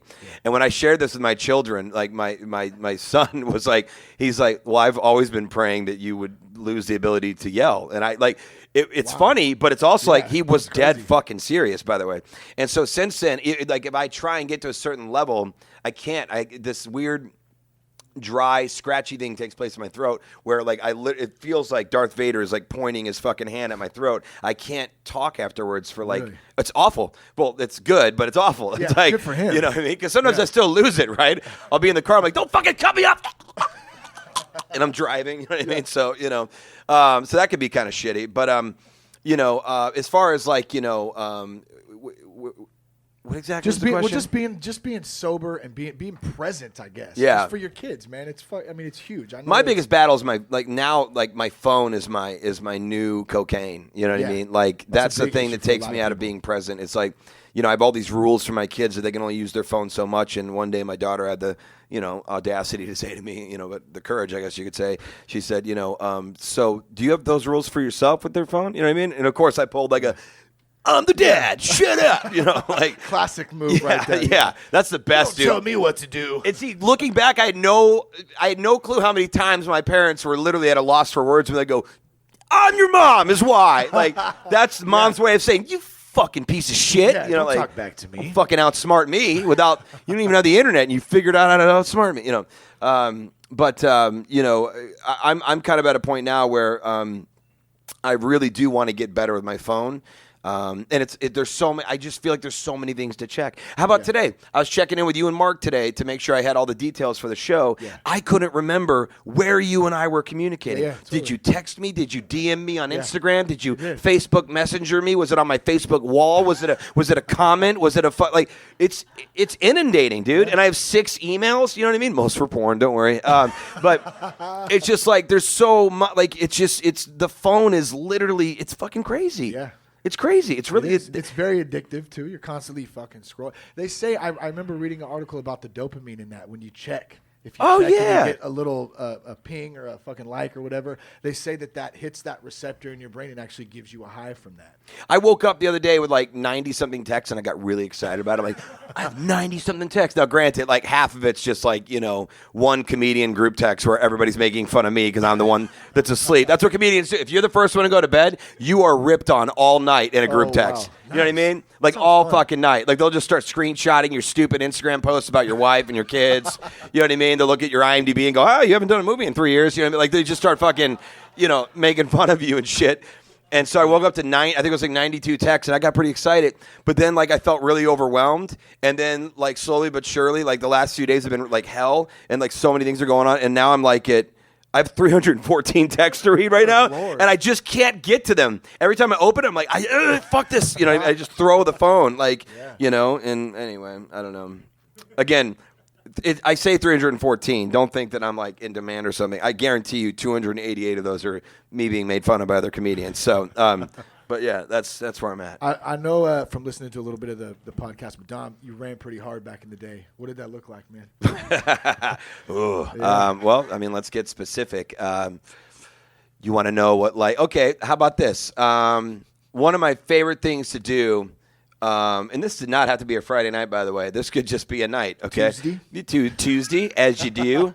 And it could be a Tuesday where you just fucking, I would get a six-pack of oh my God, Sierra Nevada. I almost said Sierra Mist. that's where my life is now, right? So it's like I'm forgetting the name of my beer. A six-pack of Sierra Nevada, and I would take them out of the lovely green case, and I'd line them up, and then I'd put 3 Vicodin in front of each one, and so each beer was accompanied by 3 Vicodin. So by the time I was done, I'm fucking rolling 18 Vicodin deep and 6 beers deep. That'll fucking get the party going, okay? Yeah. Like that is like people always talk about cocaine, dude. For me, I'm bipolar, so a lot of things do the reverse for me. And that's my brain chemistry. So I know Vicodin chills a lot of people out for like a dental thing. They learned really quickly that if they gave me Vicodin for like a dental procedure, I was like, hey guys, what do you guys want to talk about movies? What kind of movies you want to talk about? You want to talk about fucking Lance Henriksen, who's the best fucking straight-to-DVD star? Eric Roberts, Lance Henriksen. I'm going Lance. I'm probably going Lance, okay? I will fucking chew the side. It's like I'm on cocaine. Yeah. Yeah, I was gonna say because you're already a definitely high energy dude. Yeah. Like, what did that? So it just intensified it. Picture how Coke? manic you see me right now. I've had 1 cup of coffee today. That was at 8 a.m. So I'm on no caffeine right now. I'm on no sugar because I'm trying to fucking lose some weight. And so right now I have nothing in me, no impurities, other than the fucking residual shit from everything I did over the years. That's fucking. I sometimes I feel like there's like a piece of Molly that just gets loose, and just fucking. You know what I'm talking about? Just something like it just chips down. You know what I mean? All of a sudden it's like in the bloodstream. Here we go. But this is how intense I am right now on nothing. So just picture fucking.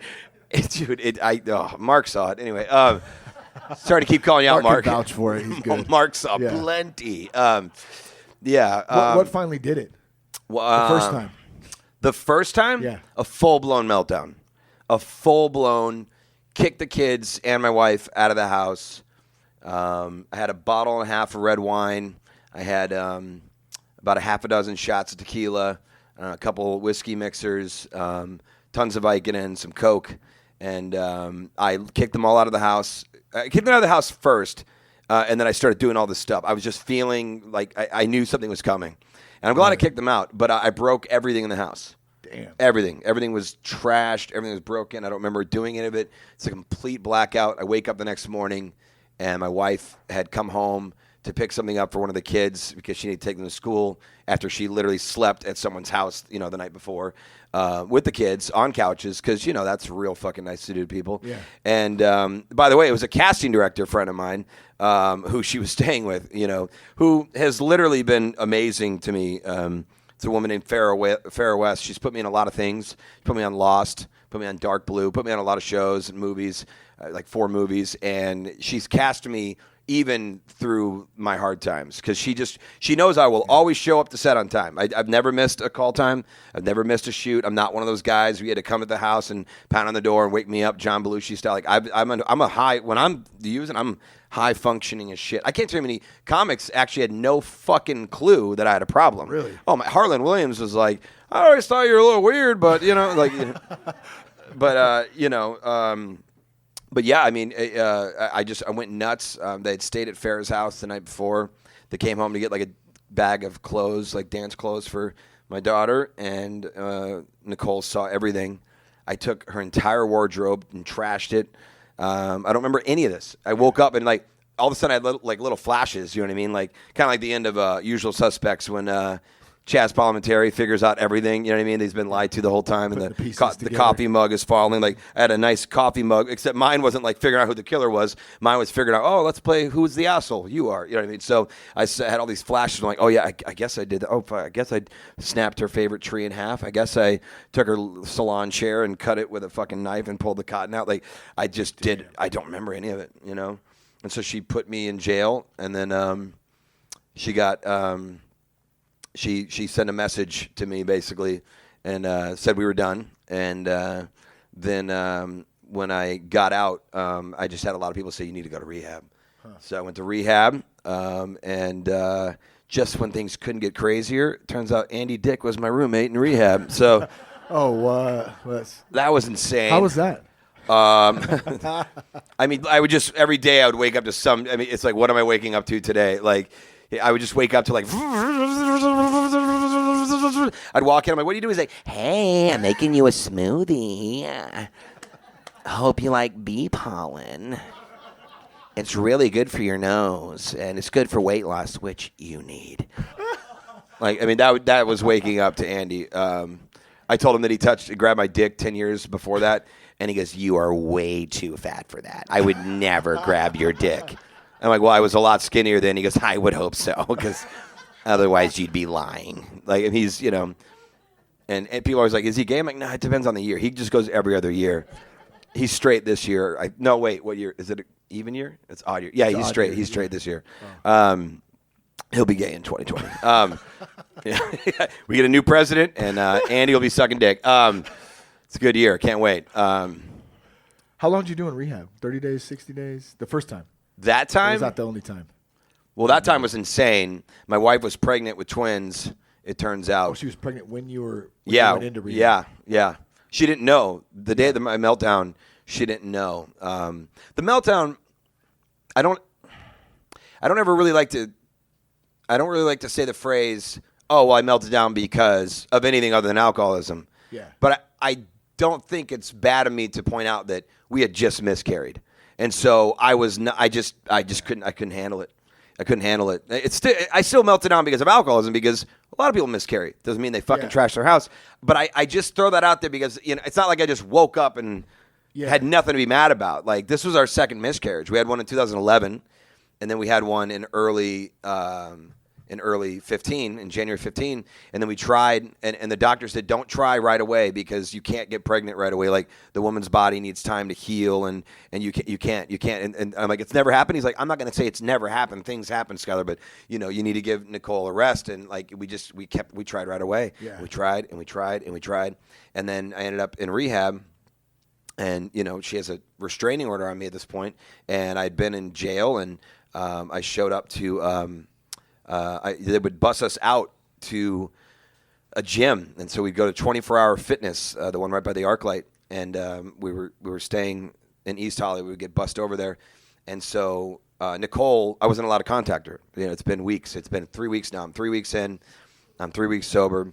I'm trying really hard, and she got she got a hold of my schedule from someone. I still to this day don't really know how she did it, but she figured out like what times we go to the gym. I'll never forget it. I'm on a treadmill.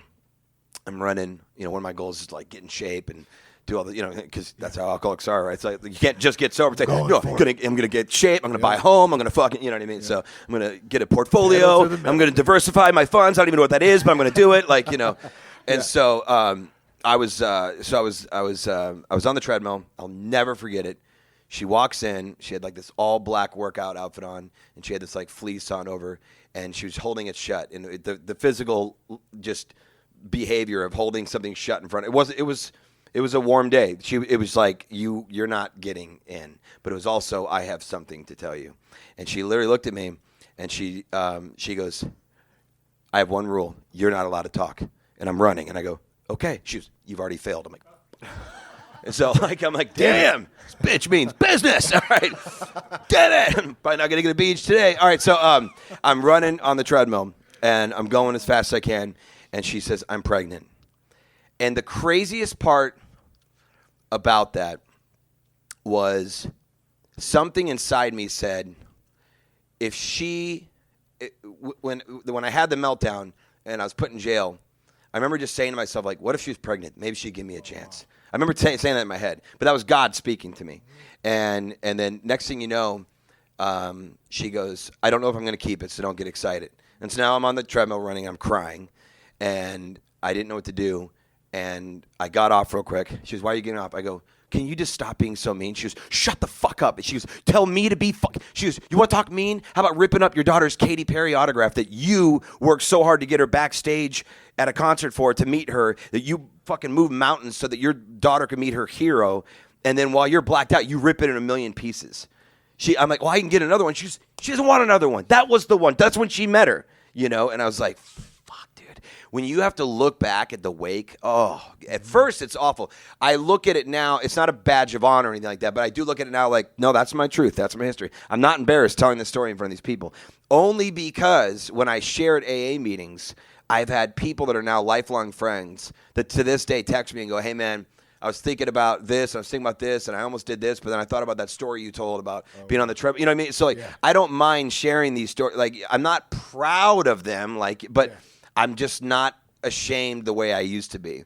And look, one day, am I going to get to a level in Hollywood where someone's going to find all my shit and they're going to bring it all out and I'm going to have to answer for it again? Yeah, it's absolutely. If I get more successful, it's going to become more of a story. But like, I'm not. The difference between me and like a lot of these guys and say like the Me Too movement, like, the only person that really actually said I did it and I'm going to sit back and listen for a while was Louis. Everybody else just kind of fucking had an excuse. Or Kevin Spacey came out of the closet. It's like, what are you fucking doing? Like, we're so proud of you, but by the way, you touched a little kid. You know what I mean? So it's like, I own it. So when they come to me, I plan on just kind of being bare chested all and like arms saying, hold on a second. There's a million recordings of me doing Shane's podcast, anybody's podcast. Like I've already talked about this stuff. You want to talk about it again? That's fine. Yeah. But at a certain point, people in this country have got to get back into the mind that redemption is okay. Because it's fucking this Me Too shit.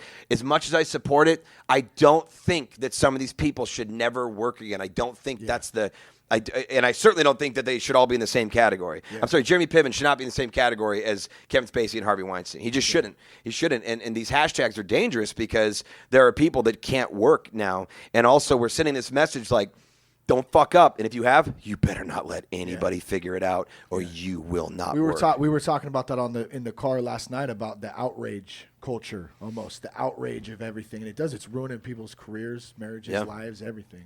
I'm with you on that. It can get really intense, and I pray for people to realize that what is the point of rehab, jail, mental institutions, house arrest, any of these things? Why are we doing any of these things? If you know what I learned quickly? I learned it in family law court because I've been in family law court for a million other things with just other things. And the judges love second chances. And there's a lot of fathers that you may not think are ever going to get custody, and they do because for the judge to not believe that someone can change, immediately they'd be saying the things that I order aren't real. They order rehabilitation. What is rehabilitation? It's literally redemption. It's like anything. If you hurt your arm, it's like you work it over until it gets a second chance, and now it works like it never happened. That's what we're supposed to do, and it's insane that I even have to argue for it. I can't believe, like, everybody has needed a second chance. Not everybody has been thrown in jail and gotten a restraining order from the wife, but everybody has needed a fucking second chance. Yeah. Everybody. So, thank you. Yeah. I like that. That's good. So you're on the treadmill. We didn't land on Plymouth Rock. Plymouth Rock landed on us.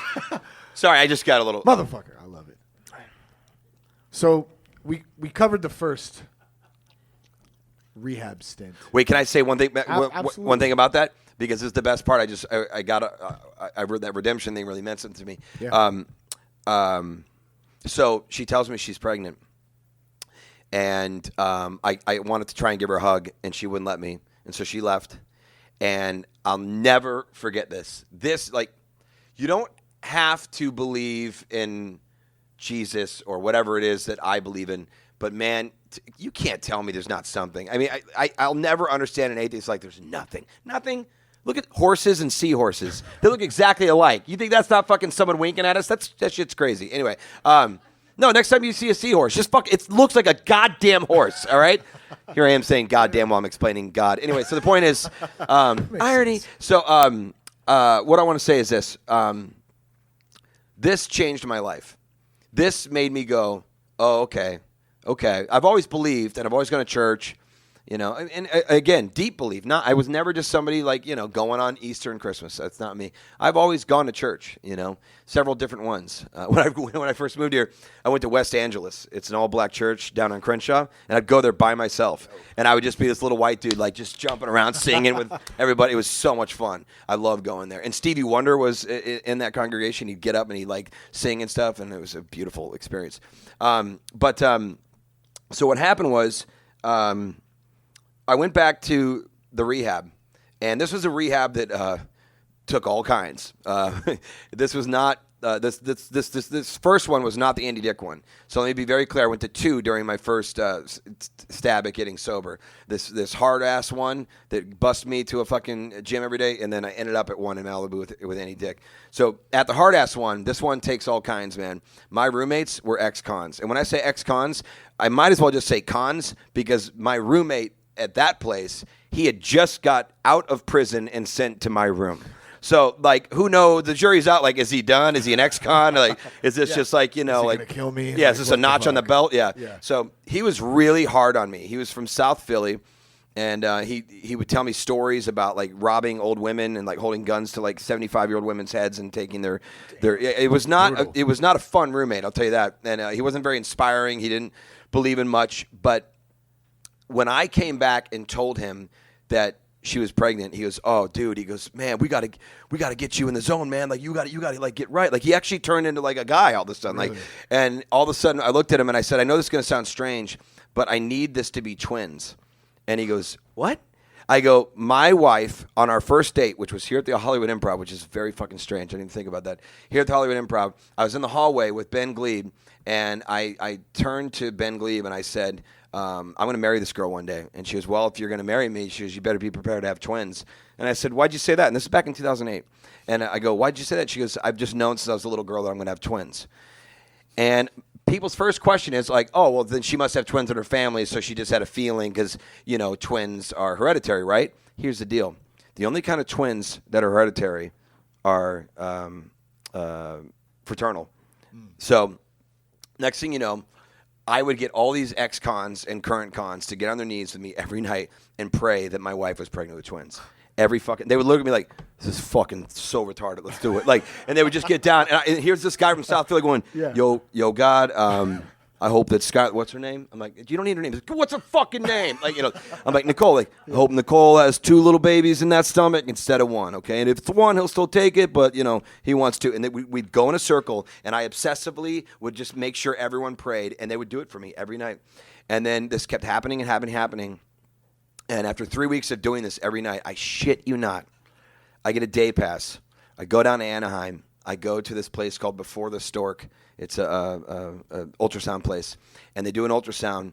And the woman who owns this ultrasound is a woman named Ashley. It's my best friend's wife, and she's always known that Nicole wants twins. Everybody, if you knew Nicole, you knew she wanted twins. And so literally, I remember she had a mouse in her hand, and she was looking, and all of a sudden she goes, "Oh, there we go. We have a heartbeat." And her mom walks right over and goes, "Hey, sweetheart,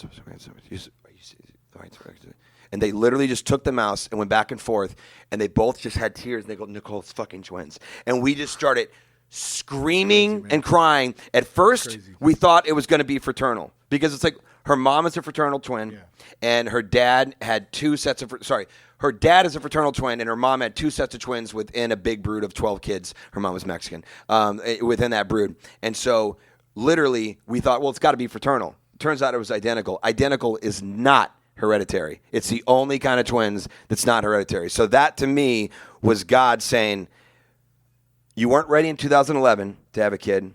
You weren't ready at the beginning of 15 to have a kid. I had you miscarry twice. Now you're on a sober path, And the only thing that would make your wife give you this last chance is if this was twins. Here you go. Here's the two. Here's the two. You never lost those kids. They never died. I saved them in the wings, and I gave them to you at once. Damn. And every time I think about that, I know for a fact that I got sober at exactly the right time. Yeah.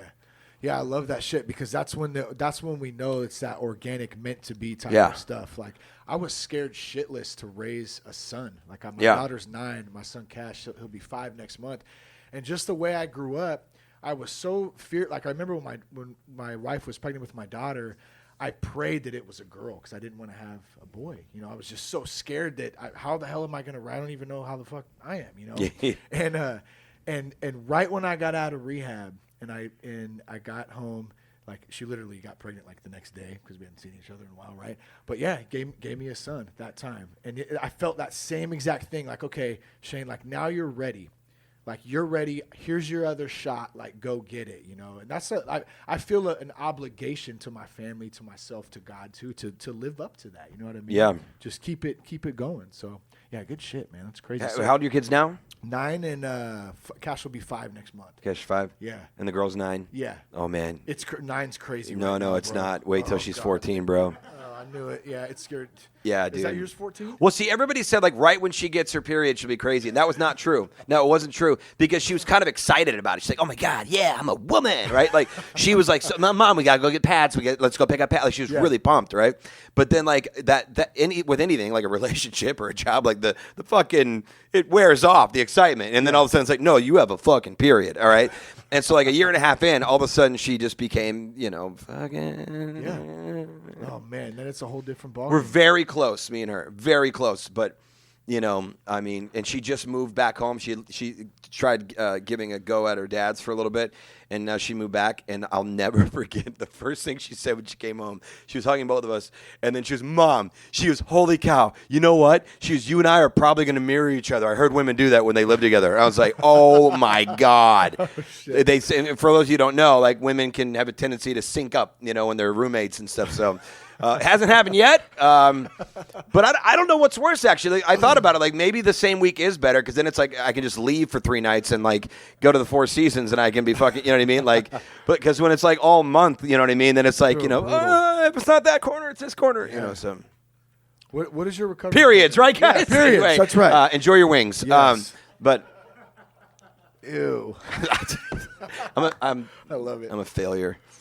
Oh man, what does recovery look like for you now, though? So you went through a lot of shit, obviously. Yeah, just covered. I mean, we would never have time right now for the relapse, but at all. Dig really deep. Yeah, I mean, well, the short end. There is one thing you should know. This I think people relate to when I share this at meetings.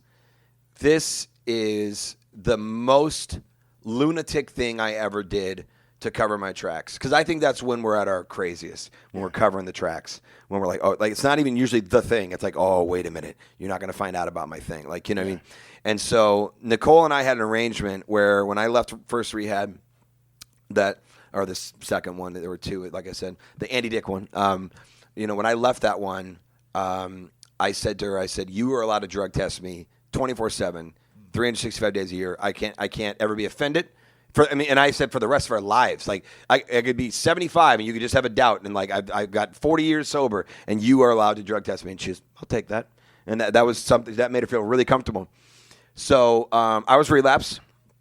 I was on pills, and because I used to love those. I almost said love those, but I don't anymore. I actually figure out a way not to now.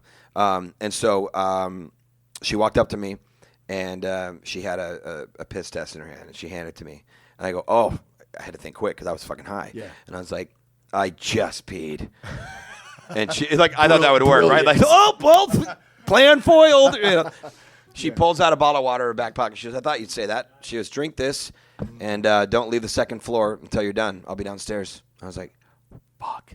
And then, like, I kind of walked around. I looked, and she's literally sitting at the bottom of the stairs on her phone. Like, just, like, not, like, there was no way I was going to sneak out and nothing. Like, and even if I snuck out, I'm like, what am I going to do? Like, even the things that you take that, like, maybe might clear you up for a test, like, that takes time. You can't just you got to really plan that shit out, you know? And so I don't know what to do.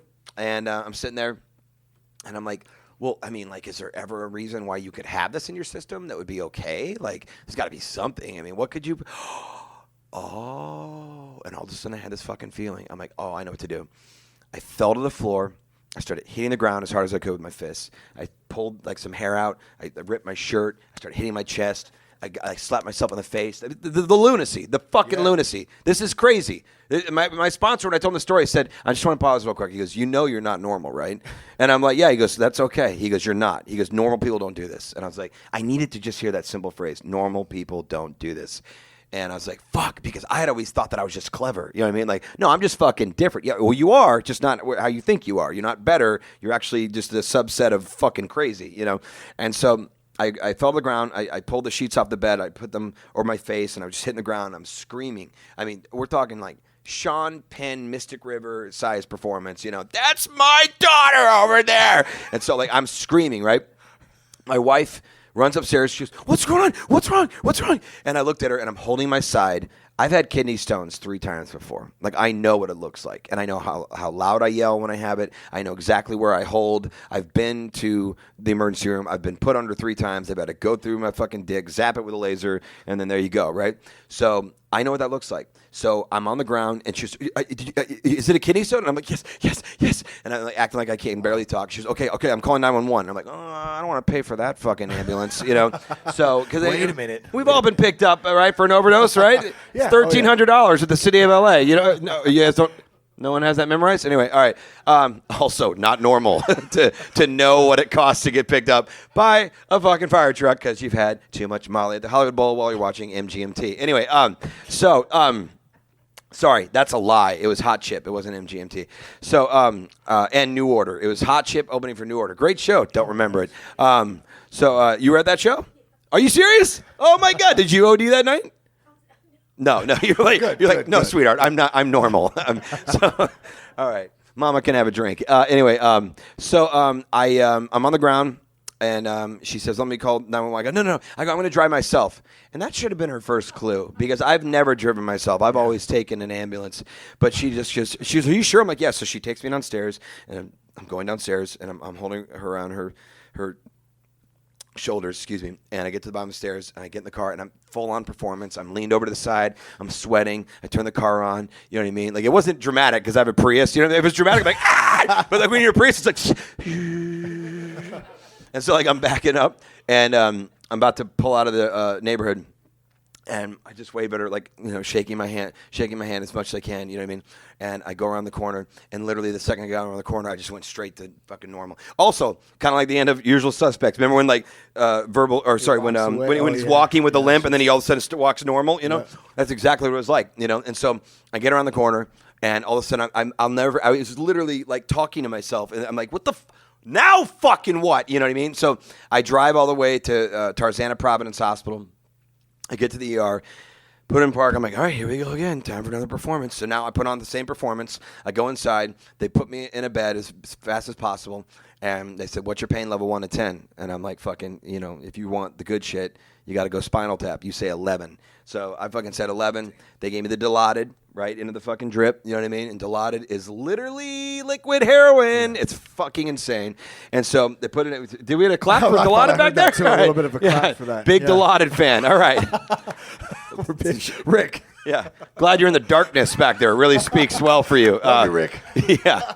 I heard that too. Yes. This is like the golf clap. Please talk more about Kevin Spacey. That story is funny to me. Fucking Darky McGee back here. Okay. That was great. So next thing you know, they give me Dilaudid, and I have an overnight stay. And in the morning, I'll never forget. During your journey, you will meet a few people that send you a message. You'll meet a few people that just know. When I lived at the Palazzo apartment complex over here in southern part of Hollywood, I remember waking up one day after me and Nicole had a big fight. Not a physical fight, but like a yelling fight. And I opened the door and 2 books fell down. And it was the big book, and it was the 12 and 12. And I never seen those before. I didn't know what the fuck that was. So they fell over. Somebody had left us those there because they heard us fighting, and they're like, oh, I know what that kind of fighting is like. And so I thought they were assholes. I remember just fucking piece of shit. Who the fuck thinks I'm an alcoholic, you know? And so, but my point is, you'll have people like that along your path. And I had a nurse that morning. This nurse walks up, and she goes, hi, so we have your reports. She goes, you don't have any stones, any visible stones, but you do have the chemical makeup of the early crystallizations of stones. I go, oh, well, there you go. She goes, yeah, only thing, those don't cause pain. And she just stared at me. And I was like, oh, okay, that's weird. She goes, so do you think maybe, could this be something else? And she would basically look at me like, you're a fucking liar. Like, Did you kick your own ass? Well, here's the other thing she could see. I was currently relapsed, so she could see that within the last 48 hours, I had just gotten a 50-pack of pills, and that a week ago I got as UCLA, they're all connected. You know what I mean? Yeah. But like the doctors are busy, so they don't. If you can go to your podiatrist and say, "Oh, I got pain here," you can go to your fucking, your general practitioner. Oh, it's up here. Like you could just keep fucking doing a circle and do it every fucking week and get your fucking pills. Yeah. So she looked at me like, "Go fuck yourself." And so I came home that morning. Nicole walks up to me and she goes, do you have your paperwork? Now, the good thing about the paperwork was she didn't put any notes like, patient obviously lying because, that could be like lawsuit worthy. She can't give her opinion. But it said early crystallization. So I straight up, I go, babe, they didn't get it, but it's coming. It's coming. And I was so pumped because I remember not only was this going to cover me as to why there's shit in my system now when she gave me the thing, but also I was like, I have a great excuse for the next 6 months because I have early crystallization. Something's forming. So she goes, here you go. Yeah, to take pills. So she handed me the cup and she goes, go ahead and pee. I go, babe, I will, but it's going to be dirty. They just put Dilaudid in me. And I'll never forget that. She just looked at me like, oh. But the subtext, she said, okay. She goes, that makes sense. But the subtext was, you're fucking lying, and I can't prove it, but I can't wait to fucking catch you. That's the lunacy. That's the fuck. I mean, that's insane. I wasted an ER's time. I took up a bed.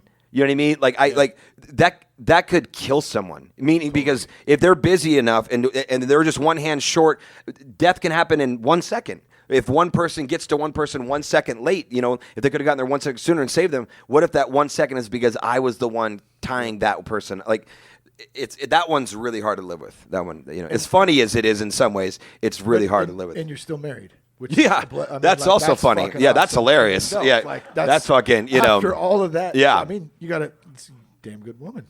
I do. Yeah. She's a legend.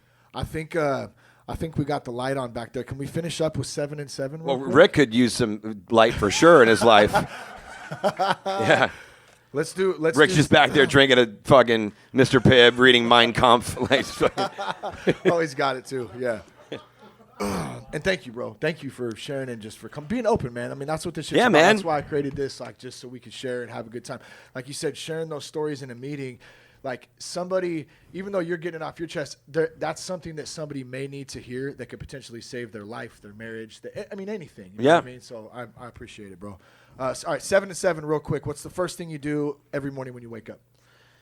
I mean, fart. No, I love Taco Bell, so that's pretty par for the course. No, the first thing I do right when I wake up, I'm not gonna lie. I'd love to tell you meditate. I go straight to my phone. I do. I told you I have a problem. I have a fucking problem. I go straight to my phone. I check my mentions, my texts. You know what I mean? Yeah. I'd love to tell you, I'm checking, the NASDAQ. Nope, just checking my mentions. Did anyone talk about me publicly so others could see it? Thanks for being honest. Yeah. The difference between sober sex and drunk sex. When I was really, really, really, really drunk, I had really poor taste in the soundtrack to sex. Like now, I know exactly what to put on now. Like I know, I'm like, oh, baby's in an Al Green mood. You know what I mean? Like that sort of thing. Now I know, but back then, I would put on impossible techno because I'd be like, I'm gonna fuck to the beat. It's like, so it's pretty much just being. That's just rude. I'm a better curator at this point. You know what I mean?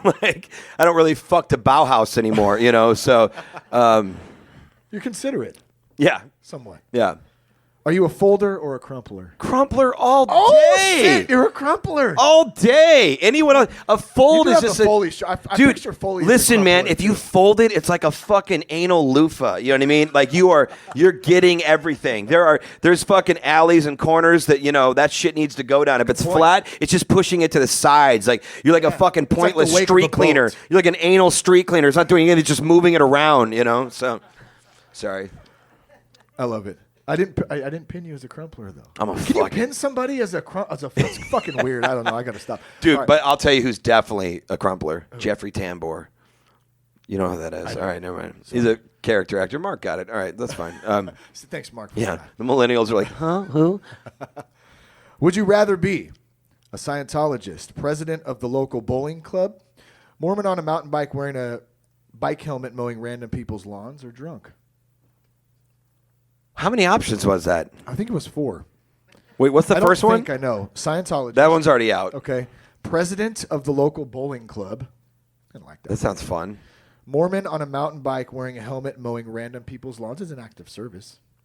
Or drunk. Oh, I don't want to be drunk. Actually, I go back to Scientologist. Okay. No, I like just, but like, for real. Do you know like about some of the parties they throw and stuff?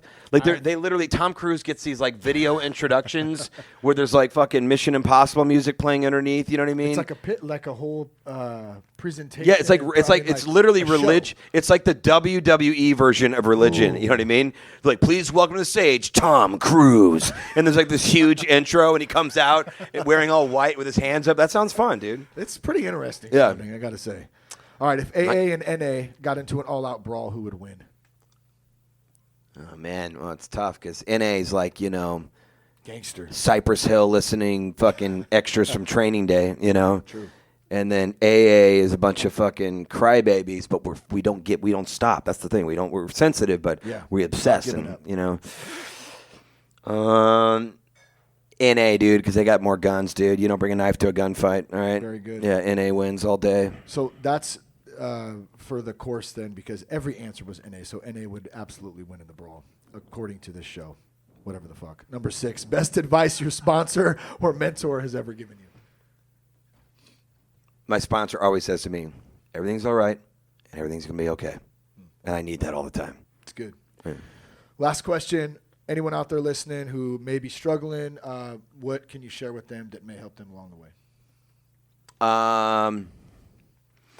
I get a lot of vibes from people that when they, I really like that there was a gentleman out there that asked about like, can you start with a good feeling? Like, is that maybe fake? It's called a pink cloud, is what it's called. Yep. And I also like what Matt was saying. Like I don't know everything. Okay, it's just an opinion of mine that can be fake. It can be just like this. It's not that it's fake. Your brain really is playing actual physical tricks on you. So it's not like you're like putting on a performance of a lifetime. Like your brain really is doing something. So, I think that that feeling can be, it can be deceiving because it's not necessarily going to feel like that all the time. Because I also like that he said, you just feel more real, and that just means everything. So just know that you're about to get handed a big slice of fucking stress or life or something's coming. You know what I mean? Because God doesn't just go, "Oh, you're sober now? Well, never going to get in an accident again. Never going to get your heart broken." Like that's that. Whoa, no way. It is still coming. It's just how do we react to it now? Damn it, I forget where I was going with this. What was the question? Any advice or thoughts? Oh, I know what I was trying to say. Yeah. So I get this, and the reason I thought of the newcomer that asked that is I get the vibes that I'll take someone to a meeting, or if I can't go, I'll make sure they get to one with someone, and like whatever. I'll get someone to their first meeting or 2 or 3. And then they're pumped, right? They're pumped, like, oh man, everyone's so nice and stuff. But then I'm like, cool. So how about getting down to the work and stuff? And then they're like, oh yeah, I'm just I think the meetings are cool. Like, I don't know that I need that stuff. It's like, oh, okay, that's cute. That's good luck. Yeah, it's not for me. It's like that's not how it works. There is no sitting on the sidelines. You got to be in the middle of the herd. But I get the vibes that there are people that the second they find out that there's work to do, they're worried that, well, what if I go and do all the work? And what if it doesn't work? What a waste of time that will have been. And my thing, because by the way, when I say I get the vibes that that's the way they are, that's the way I was. So it takes one to know one. Yeah. So what I had to finally tell myself was, oh, okay. So because I'm obsessed with, I don't want my time wasted. It's one of my defects is that I'm constantly just trying to make sure that my time's not wasted, And so my thing with that is the way I got around that finally, the way I finally said, well, maybe I'll just try this is, well, nothing else has been working. So Might as well. all I've been doing is wasting my time. Yeah. So like an insane person does the same thing over and over, expecting a different result. Like to not do the steps is just doing that over and over. I've always not done the steps. Yep. So how about just fucking trying it, even if you think it looks like a big fucking pile of wasted time? Because I promise you, I've never had one person go, I just got to step 12. Fuck you. It's never fucking happened. Yeah. It's never happened.